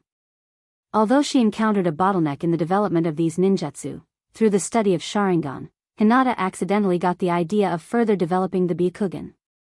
For example, using the Byakugan to release genjutsu, or releasing pressure from a distance, etc. When Hinata told Rog about her findings, Rog couldn't help but take a deep breath. As far as he knows, only Otsutsuki Kagaya can release genjutsu and pressure with the Byakugan. He didn't disclose this to Hinata. But he didn't expect that when Hinata was developing Sharingan ninjutsu, she would accidentally discover this. Hinata wouldn't show signs of developing into Otsutsuki Kagaya, right? However, if Hinata is really developing into Otsutsuki Kagaya, it seems to be a good thing. Looking at Hinata's face full of collagen and still as pure as a minor, Rog's mind was filled with some unhealthy images. After expelling these messy thoughts from his mind, he first confirmed Hinata's discovery of the further development of the Byakugan, and then let Hinata return her attention to the study of Sharingan. The further development of the Byakugan can be solved later. But the ninjutsu of Sharingan, he will need to use them in half a year. When Hinata returned her energy to the development of Sharingan and those ninjutsu, Rog also ended his decadent life that he maintained for a week and left Tatooine on his silver surfboard. Of course, before leaving Tatooine, he said hello to Hinata, lest she need to find him but don't know where to find him. Through the portal, he returned to Earth. However, he didn't return to Konoha's headquarters in Washington, nor did he return to New York where he first wandered. Instead, he came to the Werewolf Kingdom, the summit of the peaks. Counting the days, Fenrir has been back as the guardian of the werewolves for some time. He wanted to see how Fenrir has been doing recently, and by the way, see how Bulan and the other werewolves have built the kingdom. Compared with the last time he came, the summit of the peaks has changed a lot. In the previous summit of the peaks, there were only Bulan and other werewolves, as well as the Wakanda people who had been reduced to slaves. But now, the summit of the peaks has opened foreign trade. What he didn't expect was that Bulan and others also formed a private security company and began to accept some security tasks. Strictly speaking, Bulan and others still belong to Konoha's establishment and are members of Konoha's armed forces. But since Rog handed over Wakanda to the werewolves, Bulan and others rarely appear in Konoha. Not only Konoha's headquarters, but even Konoha's hidden village on Tatooine doesn't have many werewolves now. Only those werewolves who have been transformed by extremists and belong to the Molten Wolf Pack continue to stay in Konoha's hidden village. He has no opinion on the establishment of a private security company by Bulan and others. Although the werewolves have their own kingdom, it is almost impossible to expect them to develop their kingdom little by little like ordinary people. So if they want to develop the summit of the peaks, these werewolves will sooner or later embark on the path of mercenaries. Establishing a private security company is also one of the ways these werewolves can best exert their own advantages. Other countries can increase foreign trade income by selling arms, and werewolves can certainly sell their own forces to obtain foreign trade income. Strictly speaking, there is no essential difference between the two. After arriving at the summit of the peaks, Rog didn't go to see Bulan and others, and he didn't even enter the werewolf cities to take a look. Instead, he stepped on the silver surfboard and flew directly towards Fenrir's location. He didn't know if it was his illusion, but after he became a divine father, no, to be precise, after eating the chakra fruit, he felt that he was becoming less and less interested in other things. Even the console games that he used to like very much in the past can't bring him any excitement now. If it's described in a more artistic way, he feels that he seems to be less and less human now. He doesn't know if this is the change brought about by the improvement of his life essence after becoming a divine father, or the change brought about by eating the chakra fruit. But he instinctively felt that this change was not what he wanted. He didn't know how long this weakening of humanity situation would last, and he wasn't sure what this change would eventually become. But there was one thing he was sure of, and that was that he did not want to become a god who was uninterested in anything and everything. So, he returned to Earth and planned to find someone to talk about this issue specifically. Among the people he knew, there were not many people who could give him advice in this regard. To be precise, there was only one wolf and one person. The wolf must be Fenrir. Fenrir was promoted from a magical beast to a demigod creature, and in this regard, he should have a similar experience. As for that person, of course, it was his magic teacher, Ancient One. Ancient One was a divine father, and he walked step by step from an ordinary human to a divine father. What Rog was experiencing now, Ancient One had experienced it before. However, instead of going directly to Ancient One, he planned to see Fenrir first. After all, there were some things that he could talk to Fenrir about, but he couldn't talk to Ancient One. On an unknown mountain peak, Rog saw Fenrir lying on the top of the mountain with a bored expression on his face. "Why are you here?" Fenrir raised his head and asked first. "Nothing, I just came to see you." After that, Rog jumped off the surfboard and went directly to Fenrir's side and sat down leaning on Fenrir. "Your smell has changed, it doesn't smell as good as before." As soon as Rog sat down, Fenrir continued. "I have experienced some things recently, and my body has changed a little." Rog explained briefly. What Fenrir said about the smell changing was not that there was any smell on his body, but that his current aura was very different from before. Others may not be able to perceive it, but Fenrir, as a demigod, can easily discover this. Even if Rog has concealed his own aura, it still can't be hidden from Fenrir. Do you feel that your humanity is getting less and less?" Fenrir glanced at Rog beside him and asked silently. "You can see that too? It seems that after becoming a demigod, your harvest is not small." Rog said with a smile, and touched Fenrir's white hair by the way. "Because I am the same now, I feel that my wolf nature is getting weaker and weaker." Fenrir leaned his head close to Rog and said with a lonely face, "In the beginning, I was Hila's war pet. I did whatever she asked me to do, and accompanied her to conquer the 9 lands. Later, Hila was imprisoned by Odin, and I was locked in the dungeon where I could not see the sun. After resurrecting, I became your war pet and fought with you. Of course, most of the time you did not need my help, you could defeat all the enemies by yourself. After following you, I met Blackie and the others, and I had a good time in Konoha, but there were no fights, and it was a little boring. Later, you fed me the shard of divinity and took me to Warnerheim to see Hila, and let her solve the small problems in my body. Finally, I became what I am now, a demigod creature. Fenrir's tone was flat as he described his past, like an old man recalling his youth. But after becoming a demigod creature, you feel that everything has changed. You seem to have lost interest in everything, and you even like to recall the past life more and more, right? Rog said while stroking Fenrir. Yes, Hela told me that this is because I already have divinity. But I still feel that the days before when I was heartless and only needed to fight and live according to the master's orders were more pleasant. Speaking of this, Fenrir's tone became more lonely. Get up, let's fight. Before, I only used the wooden dragon and the wooden man to beat you. Now I want to train you personally. Rog stood up directly and said to Fenrir with a serious face.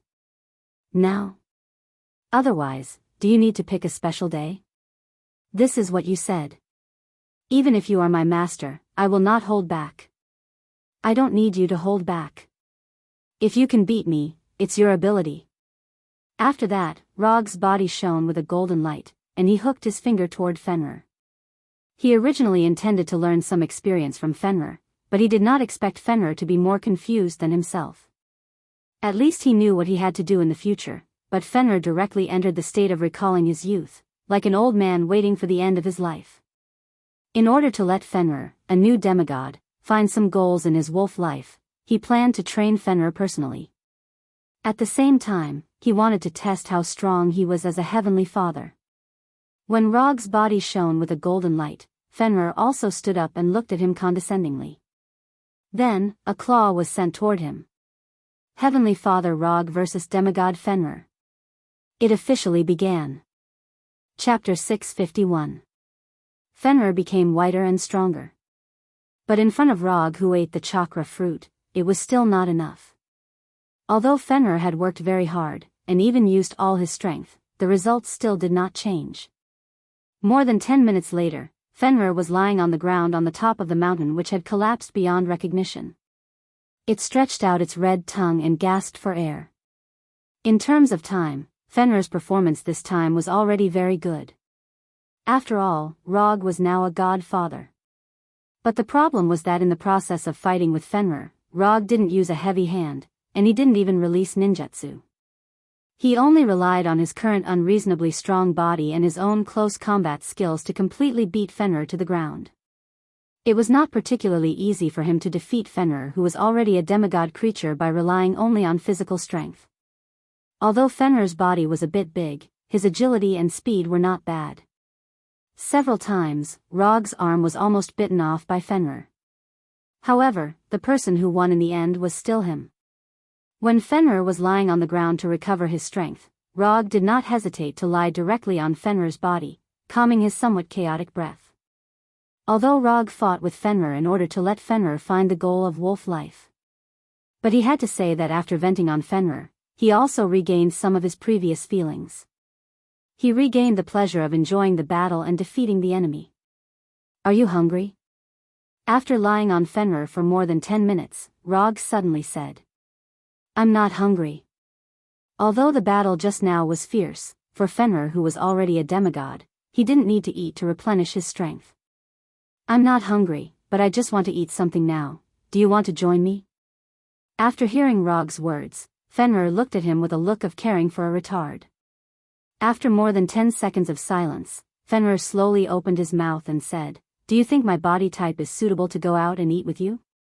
What's wrong with that? You're the guardian of the werewolves. If you want to eat, who would dare to stop you? Speaking of which, I don't think we've ever had a meal together. Rog recalled his previous interactions with Fenrir, but he couldn't find any memories of them having a meal together. Strictly speaking, there has been one.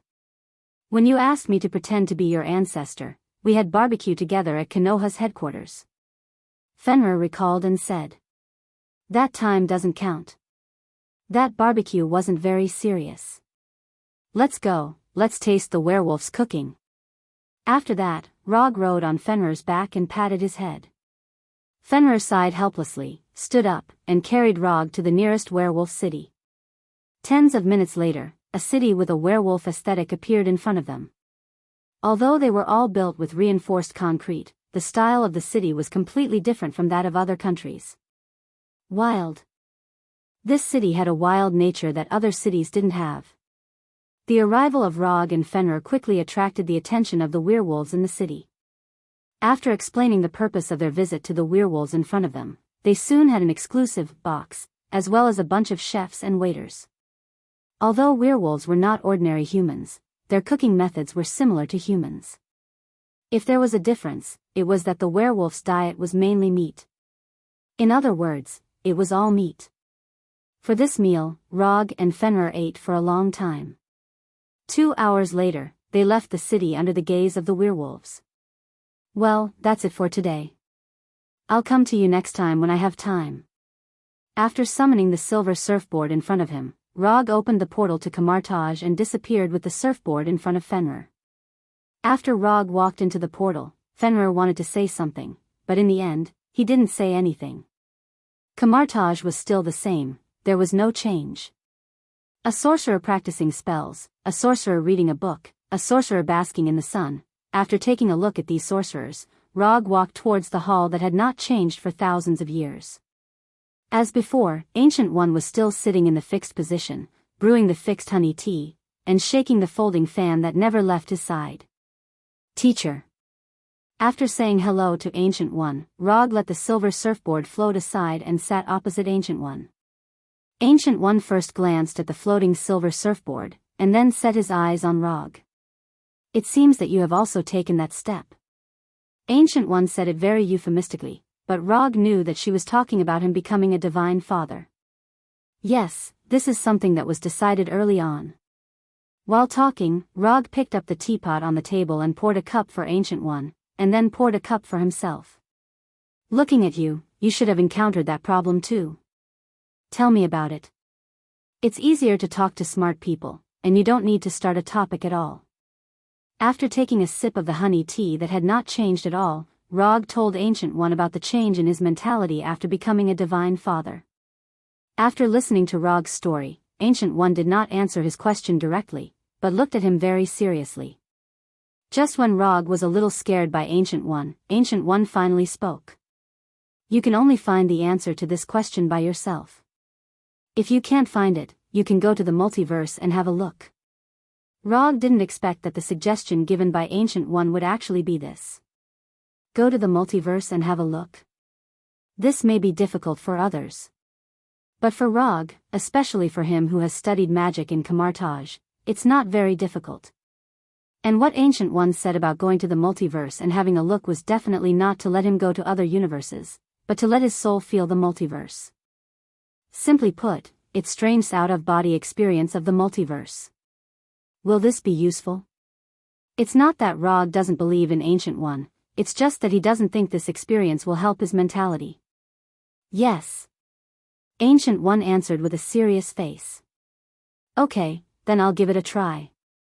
Although he instinctively felt that this method would not work, but since Ancient One said so, there is no loss in trying it. After taking a few deep breaths, Rog cast an out-of-body magic and let his soul leave his body. Just when he was about to actively sense the multiverse, Ancient One suddenly stood up and came to him with a folding fan. Before he could understand what Ancient One was going to do, Ancient One's palm patted directly on the chest of his soul. No. Actively sensing the existence of the multiverse and passively sensing the multiverse are two completely different things. Simply put, it's the difference between having the initiative and not having the initiative. If Rog actively senses the multiverse, he can decide when to end and let his soul return to his body. But if it's passive sensing, then it depends on when Ancient One will let him come back. When he saw Ancient One's right palm coming towards him, he instinctively wanted to end the out-of-body experience. However, in front of Ancient One, whose magic level is several levels higher than him, he has no room for resistance. In just a moment, he felt his soul floating into outer space. Then, as if passing through a black hole, he entered the bizarre multiverse. Although he knew that Ancient One would not have the idea of hurting him, this experience of being forcibly sent to the multiverse still made him feel a little uncomfortable. However, his displeasure quickly disappeared. Because the indescribable feeling of his soul experiencing the multiverse quickly occupied all his thoughts. When his soul entered the multiverse, he lost his perception of time and space. He was like a fallen leaf that had fallen into the river, allowing the river to take him to an unknown territory. Rog doesn't know how long he has been wandering in the multiverse, nor does he remember how many strange worlds he has experienced. The only thing he can be sure of is that he is becoming calmer and more adapted to this indescribable strange feeling.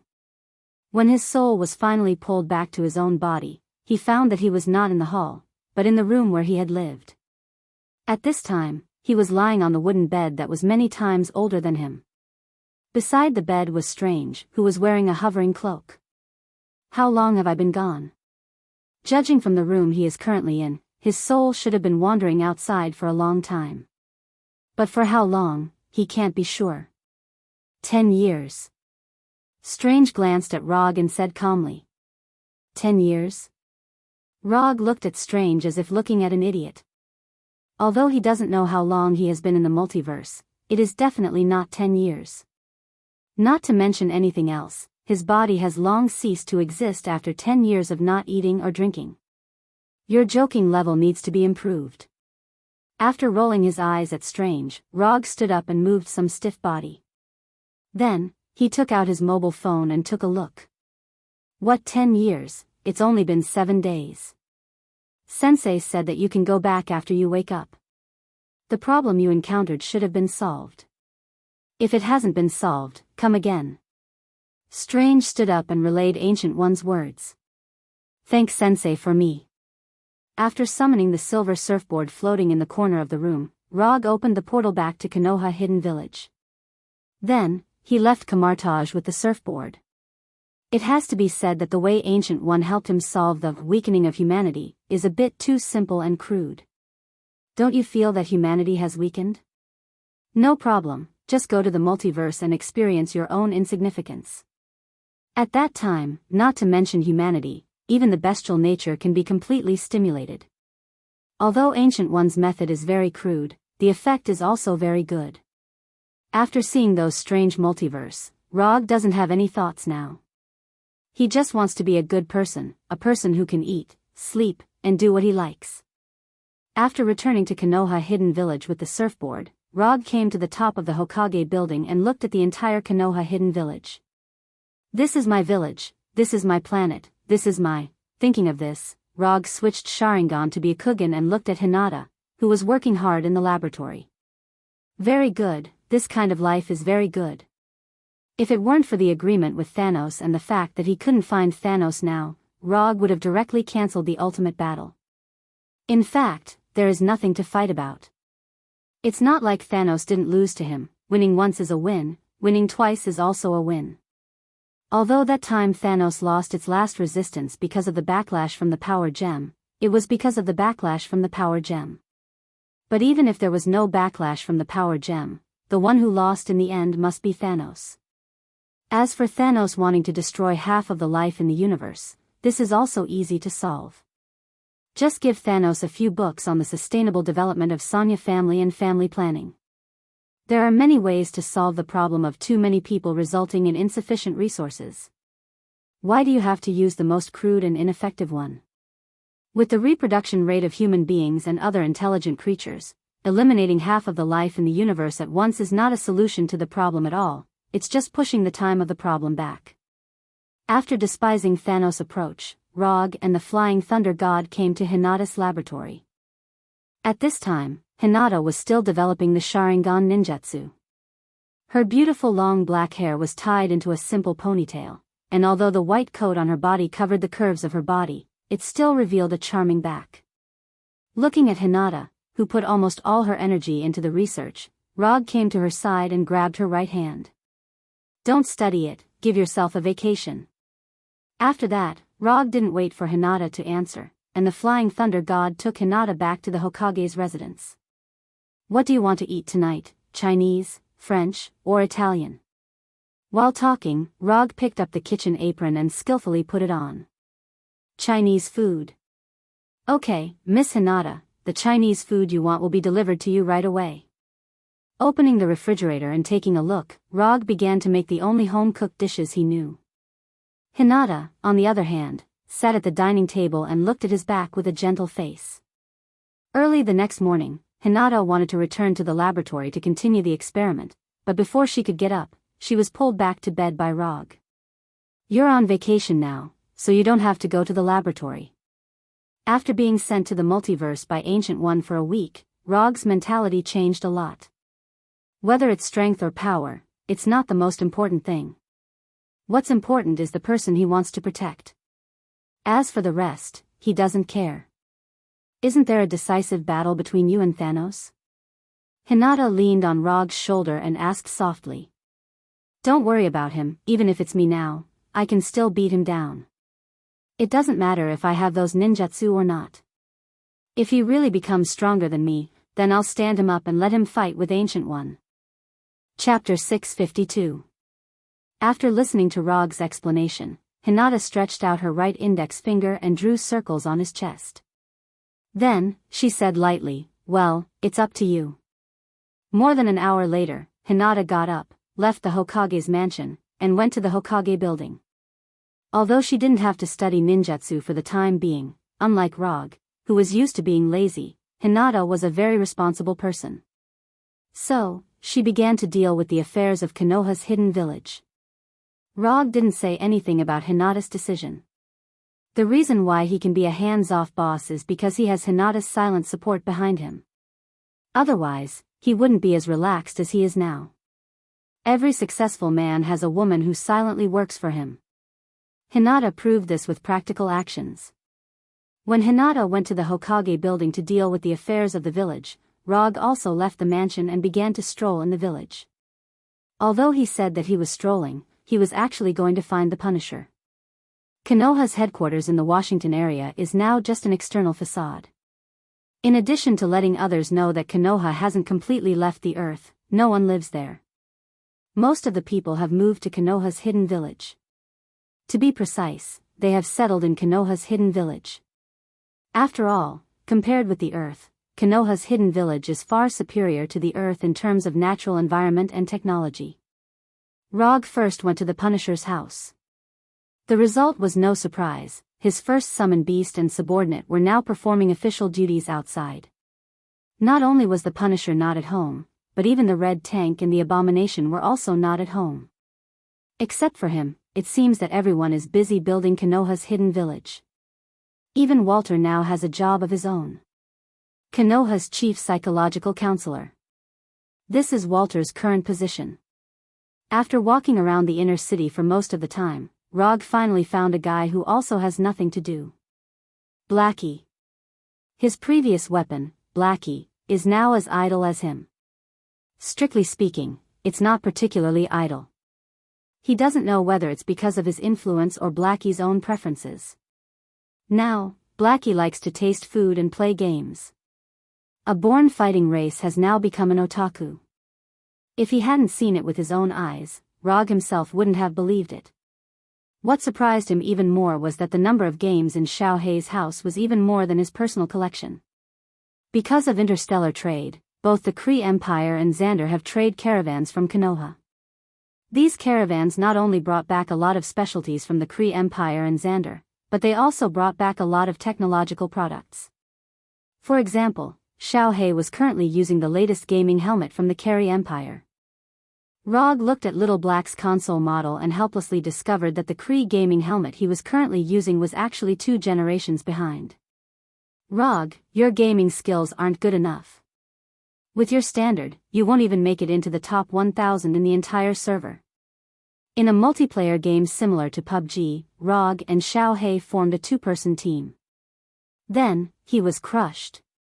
What do you mean my level is not good enough? It's the other side who cheated, okay? He's running even faster than the floating car. That guy is definitely cheating. After taking off the gaming helmet, Rog explained. In esports, being a noob is the original sin. Xiao Hei didn't argue with Rog. Instead, he silently said something that was enough to break Rog's defense. You, looking at Xiao Hei's mouth full of sharp teeth, Rog sighed helplessly. In this day and age, even weapons dared to laugh at their master's noob. Times have really changed. Again, I don't believe that I can't get the championship trophy today. After saying that, Rog took the lead and put on the gaming helmet. Reality proved that being a noob was the original sin in esports. When Rog played single-player fighting games, he was definitely a first-rate player. However, once he entered a multiplayer competitive game like this, he, who was used to fighting alone, was quickly beaten to a pulp by the opposing team. In the end, after fighting for a few hours in Xiao Hei's house, he still didn't get the championship trophy. Before leaving, he asked Xiao Hei, who was addicted to the game, "Do you regret becoming my weapon?"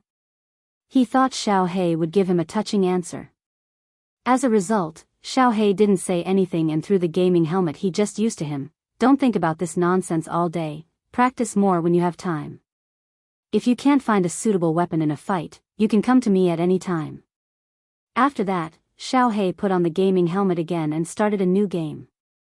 Looking at Xiao Hei lying on the sofa with a helmet on, Rog didn't say anything else and left Xiao Hei's house for the next destination.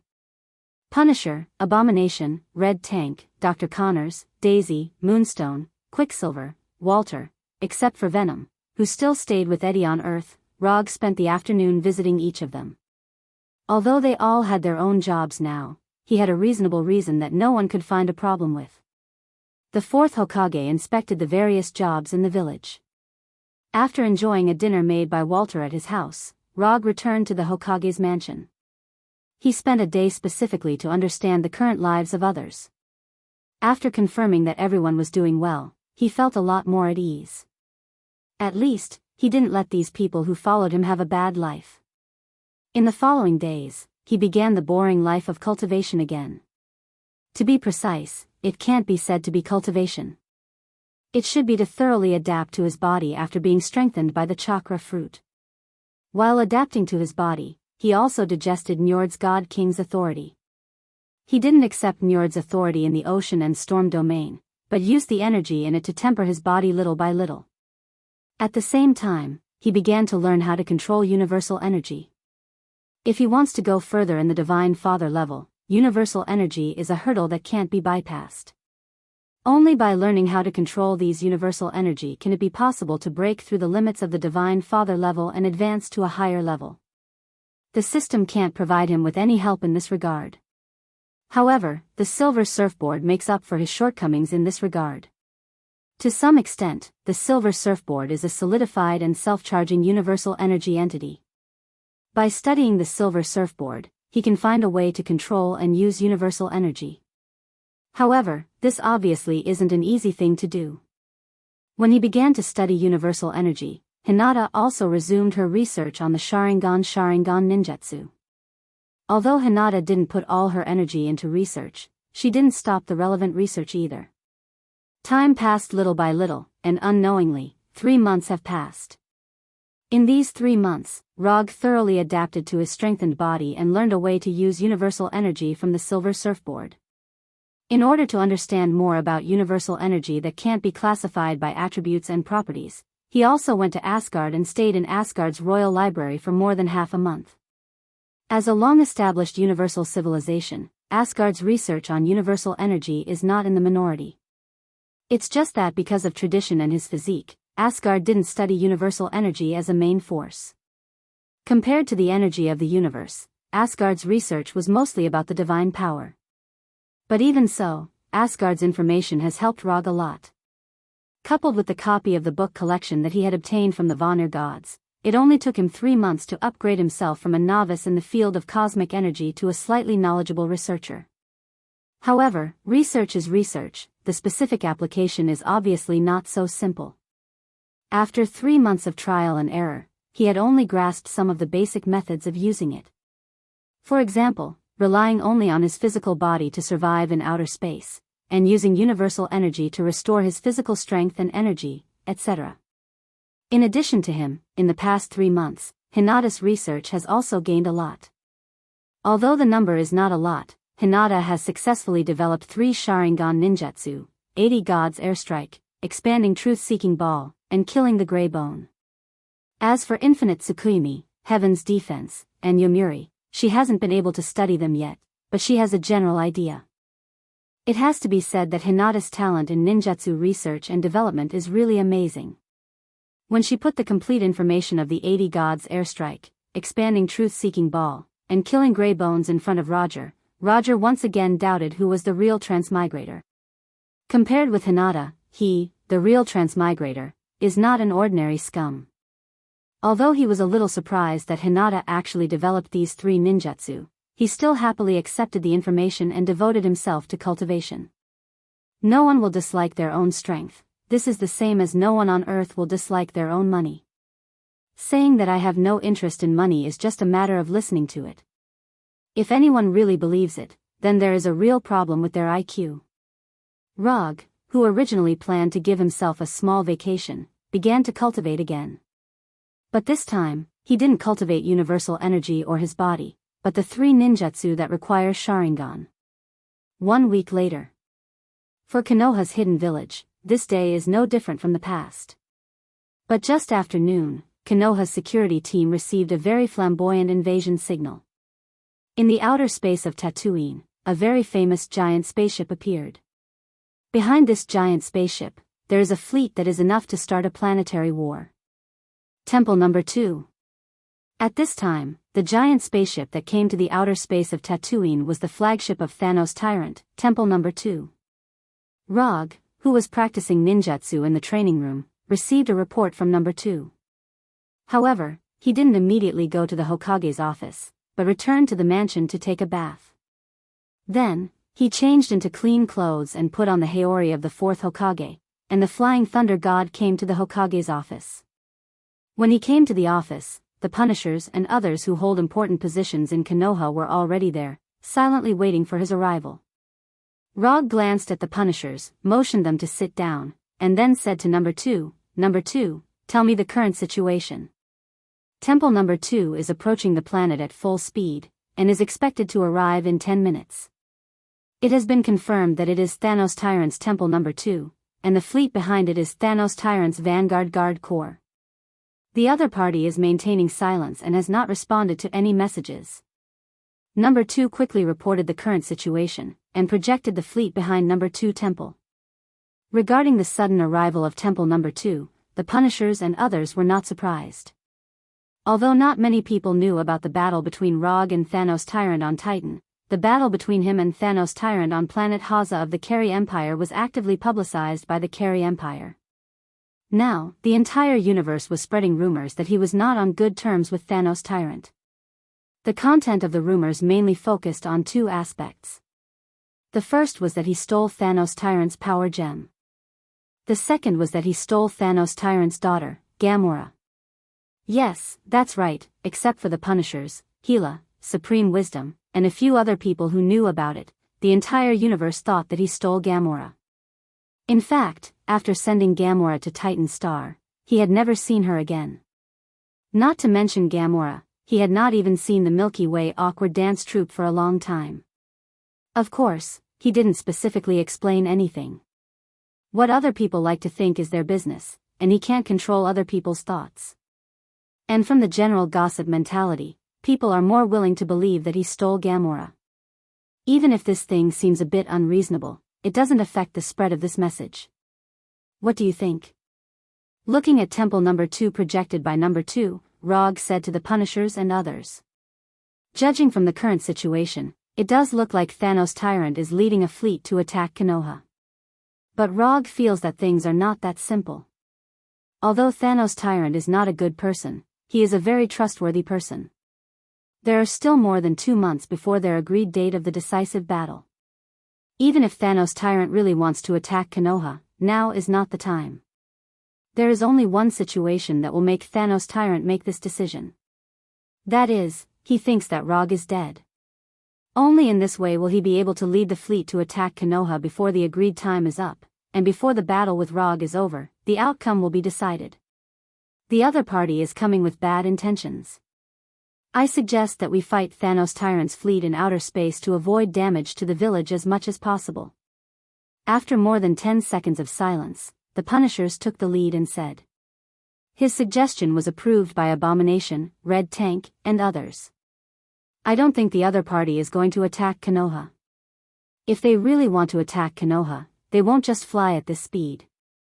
This is completely to give Konoha enough time to prepare. Daisy also expressed her opinion. When Daisy expressed her opinion, the office once again fell into a silent atmosphere. The entire army enters level 1 alert, wait for my order to set off at any time. I'll go and meet Thanos Tyrant first. Chapter 653. After that, Rog's body shone with a brilliant aurora-like light. Quantum transmission. The next second, his figure disappeared in front of the Punisher and others and appeared above Konoha's hidden village. Just as he was about to fall under the influence of gravity, the silver surfboard flew out from Konoha's hidden village and quickly came to his feet. Rog now has mastered a lot of flying abilities. Whether it is using ninjutsu or magic, he can fly at will. But the most suitable one for him now is the silver surfboard that originally belonged to the Silver Shadow Man.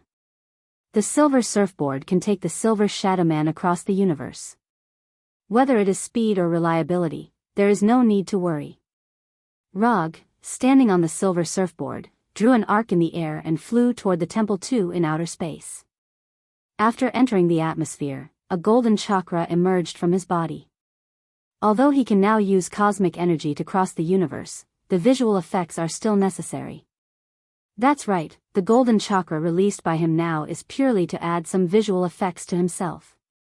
When he just flew out of Tatooine's atmosphere, the explorers on the Temple 2 sensed his existence, and the muzzles on the spacecraft pointed in his direction.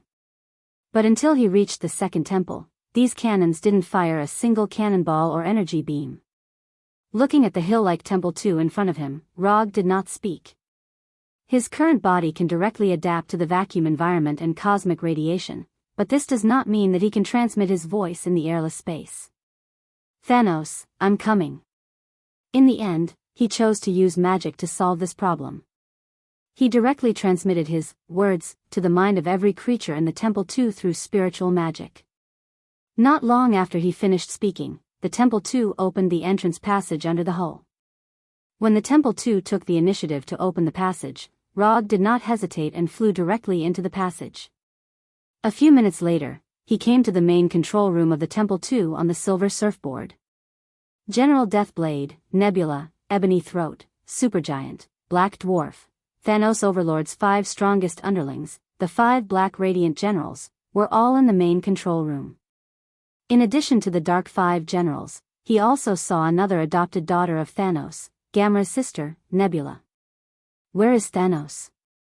Although he was alone and in the second temple, he did not show the slightest fear. On the surface, it looked like he was trapped in the enemy camp.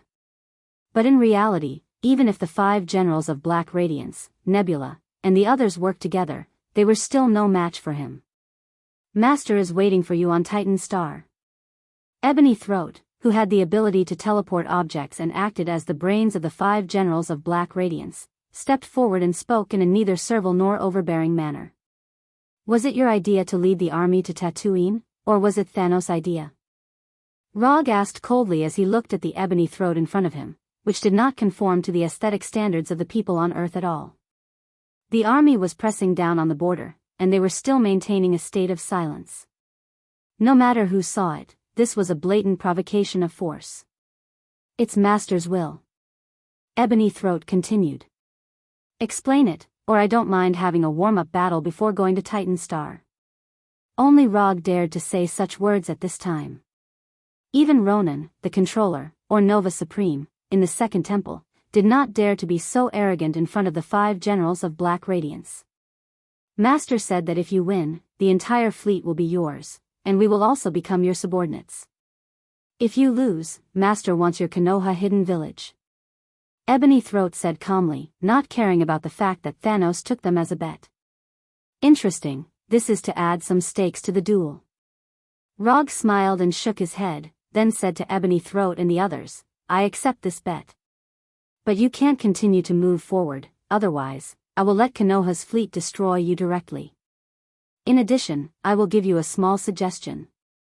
You can now call me Master in advance. After that, Rog left the main control room without looking back. At the same time, he took out the communicator on his body and issued a new order to Konoha's troops. The content of the order was very simple, that is, if Thanos' fleet continues to move forward, don't hold back and destroy it directly. After doing all this, he opened the portal to Titan Star. As his right hand drew a circle, the portal shining with golden sparks appeared in front of him. On the other side of the portal was the battlefield where he fought with Thanos. To be precise, it was the area where he killed Thanos. After coming out of the portal, he saw the fully armed Thanos. As soon as the portal was formed, Rog knew that Thanos had gotten rid of the state of Edo Tensei. Sure enough, when he came out of the portal, he saw the living Thanos. The huge double-edged sword was inserted in the ground, he was wearing a full set of armor, and the helmet was hanging casually on the sword. Slayer Overlord, who had been completely revived, sat on the broken stone pillar with a golden blade. You came early. After passing through the portal, Rog walked down from the surfboard and asked Thanos. I can only maintain this state for a week, and I can't come at the agreed time. Thanos was still sitting on the stone pillar and answered calmly. You actually found death, not bad. There are not many people in the universe who can resurrect Thanos perfectly. Among them, the most likely one to help Thanos is Death, one of the 5 gods of creation. This is one of the reasons why Rog asked Thanos to find Death. I found it, but it's a little different from what I imagined. After that, Thanos stood up, took the helmet off the double-edged sword, and solemnly put it on. When he pulled out the double-edged sword inserted in the ground, he said something that Rog didn't expect. She is also very interested in you and made a deal with me. What deal? If I kill you, she will resurrect me completely. Although he said that he wanted to kill himself, Rog didn't feel any killing intent from him. So that's how it is. Then let me see how strong you are after making a deal with Death. As soon as his voice fell, the chakra on Rog's body surged wildly. QB mode. In an instant, his whole body became like a golden light, and the Haori on his body also became a form of energy. Black magatama and spiral patterns also appeared on his chest and shoulders. After reaching a complete agreement with QB, with 9 luminaries, he could already perform the perfect QB mode smoothly. When Rog entered the QB mode, Thanos did not hesitate and directly waved the double-edged sword towards him. Super Jade Rasengan. Facing Thanos, who was like a cannonball, Rog raised his hand and released a Super Jade Rasengan. Because chakra has become a golden chakra, the Super Jade Rasengan he used at this time was like a golden sun that hit Thanos. Boom! The double-edged sword and the Super Jade Rasengan collided fiercely. A terrifying explosion rang out. As soon as the blast of the explosion rose, Rog and Thanos launched the second wave of attacks. For others, the power of this explosion may be life-threatening. But for them, this explosion didn't even have the qualifications to make them shake their bodies. Clang, clang, clang, while launching the second wave of attacks, Rog summoned the Kusanagi sword and competed with Thanos by swordsmanship and close combat. Although the double-edged sword was amazing in size, in the hands of Thanos, the double-edged sword seemed to have no weight, and it was flexible as if it violated the laws of physics. However, Rog, who was waving the Kusanagi sword, was not bad either. If Thanos' fighting style was a wild fighting style, then Rog's fighting style was a perfect combination of skills and speed. Although the fighting styles of the two were different. However, relying on their powerful bodies, they fought a dazzling battle. In the process of fighting, Rog found that Thanos' already terrifying body, after experiencing death and resurrection, had a surprising change. The previous Thanos, more or less, had some shortcomings in speed and flexibility. But now, he was a hexagonal warrior with full attributes. The size of his body did not affect his movements and agility. If he didn't eat the chakra fruit, Rog really didn't have much confidence to compete with Thanos in close combat. In close combat, the most important thing was not the fighting technique, but the quality of one's body. If you don't have enough physical fitness, even if you have good skills, you will be knocked down by a punch. With the strengthening of the chakra fruit and the QB mode, Rog's physical fitness was not worse than Thanos, and it was even stronger. However, Thanos was not an easy person to deal with. Although he didn't expect Rog's physical fitness to be improved to this point, he keenly discovered that Rog had taken a critical step and reached the Heavenly Father level. After being aware of this, Thanos no longer held back. He waved his double-edged sword and shouted. Boom!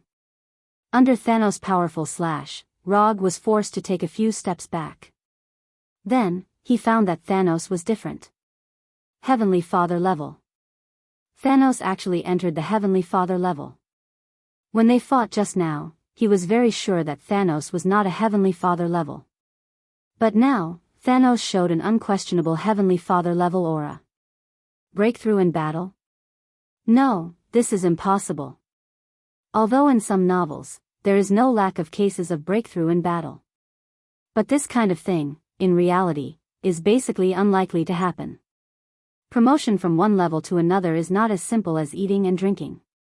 Even Rog himself took a few months to get used to his new power after his breakthrough. If someone really did break through in the middle of a battle, then the most likely outcome was that the lucky person would die in the hands of the enemy because he or she was unable to control the sudden increase in power in his or her body. Fighting seems to be a barbaric technique, but in fact, it is a very scientific technique. The strength, speed, angle, frequency of the attack, if you can't perfectly control your power, let alone killing the enemy, even whether you can survive is a problem. You've changed, you actually learned to hold back in battle. After being forced to retreat, Rog did not continue to attack Thanos and said to Thanos, who was already a Heavenly Father level. As long as you can win, the means are not important. Slayer Lord answered calmly. In the past, he really disdained to play these means, but after fighting with Rog once, his mentality has undergone some subtle changes. He didn't use means before because he had the strength to crush the enemy.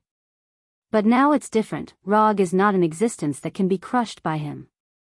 Under such circumstances, it's not incomprehensible for him to use some tactics of pretending to be a pig to eat a tiger. Since you've already shown your trump card, then I'll show mine too. After saying that, Rog inserted the Kusanagi sword in his hand into the ground obliquely, and put on a bare-handed fighting posture. 80 Gods Air Strike. Shaking the sky with a mortal Tao, attacking and defending in one, a merciless fist. Under the gaze of Thanos, a golden chakra appeared in Rog's palm.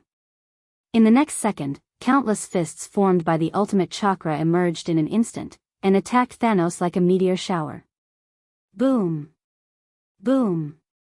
Boom! Compared with the fist of Top Buddha, the fist of 80 Gods Airstrike did not have the kind of earth-shattering shock. But in terms of power, the power of 80 Gods Airstrike was no worse than Top Buddha. Compared with Top Buddha, where the number of fists was limited, 80 Gods Airstrike could be released continuously as long as there was enough chakra. In the face of these endless chakra fists, Thanos did not dodge, nor did he retreat. Like an invincible general who did not retreat in the face of the charge of thousands of troops, he stood in place and waved the double-edged sword in his hand.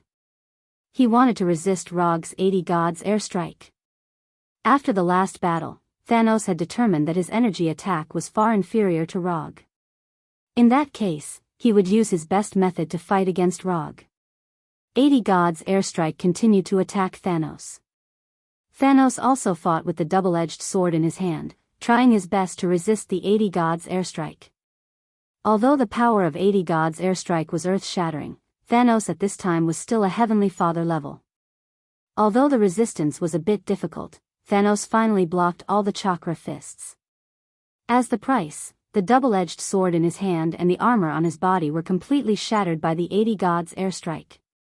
You are very, after resisting Rog's 80 Gods Airstrike, Thanos was just about to say something when he saw Rog's right hand raised high. A huge black ball like a black hole appeared in his hand.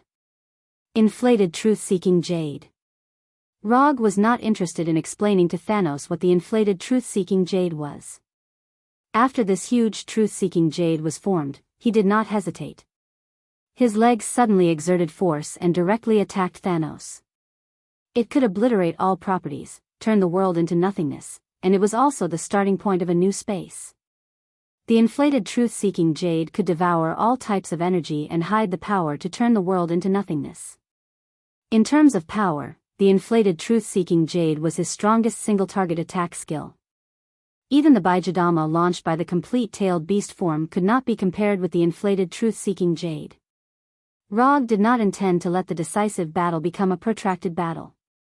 From the moment he entered the nine-tailed mode, he was ready to end the battle quickly. And this inflated truth-seeking jade was the final killing move he prepared for this battle. Looking at the inflated truth-seeking jade getting closer and closer to him, Thanos still had no intention of retreating. Since he started fighting, he had never taken a step back.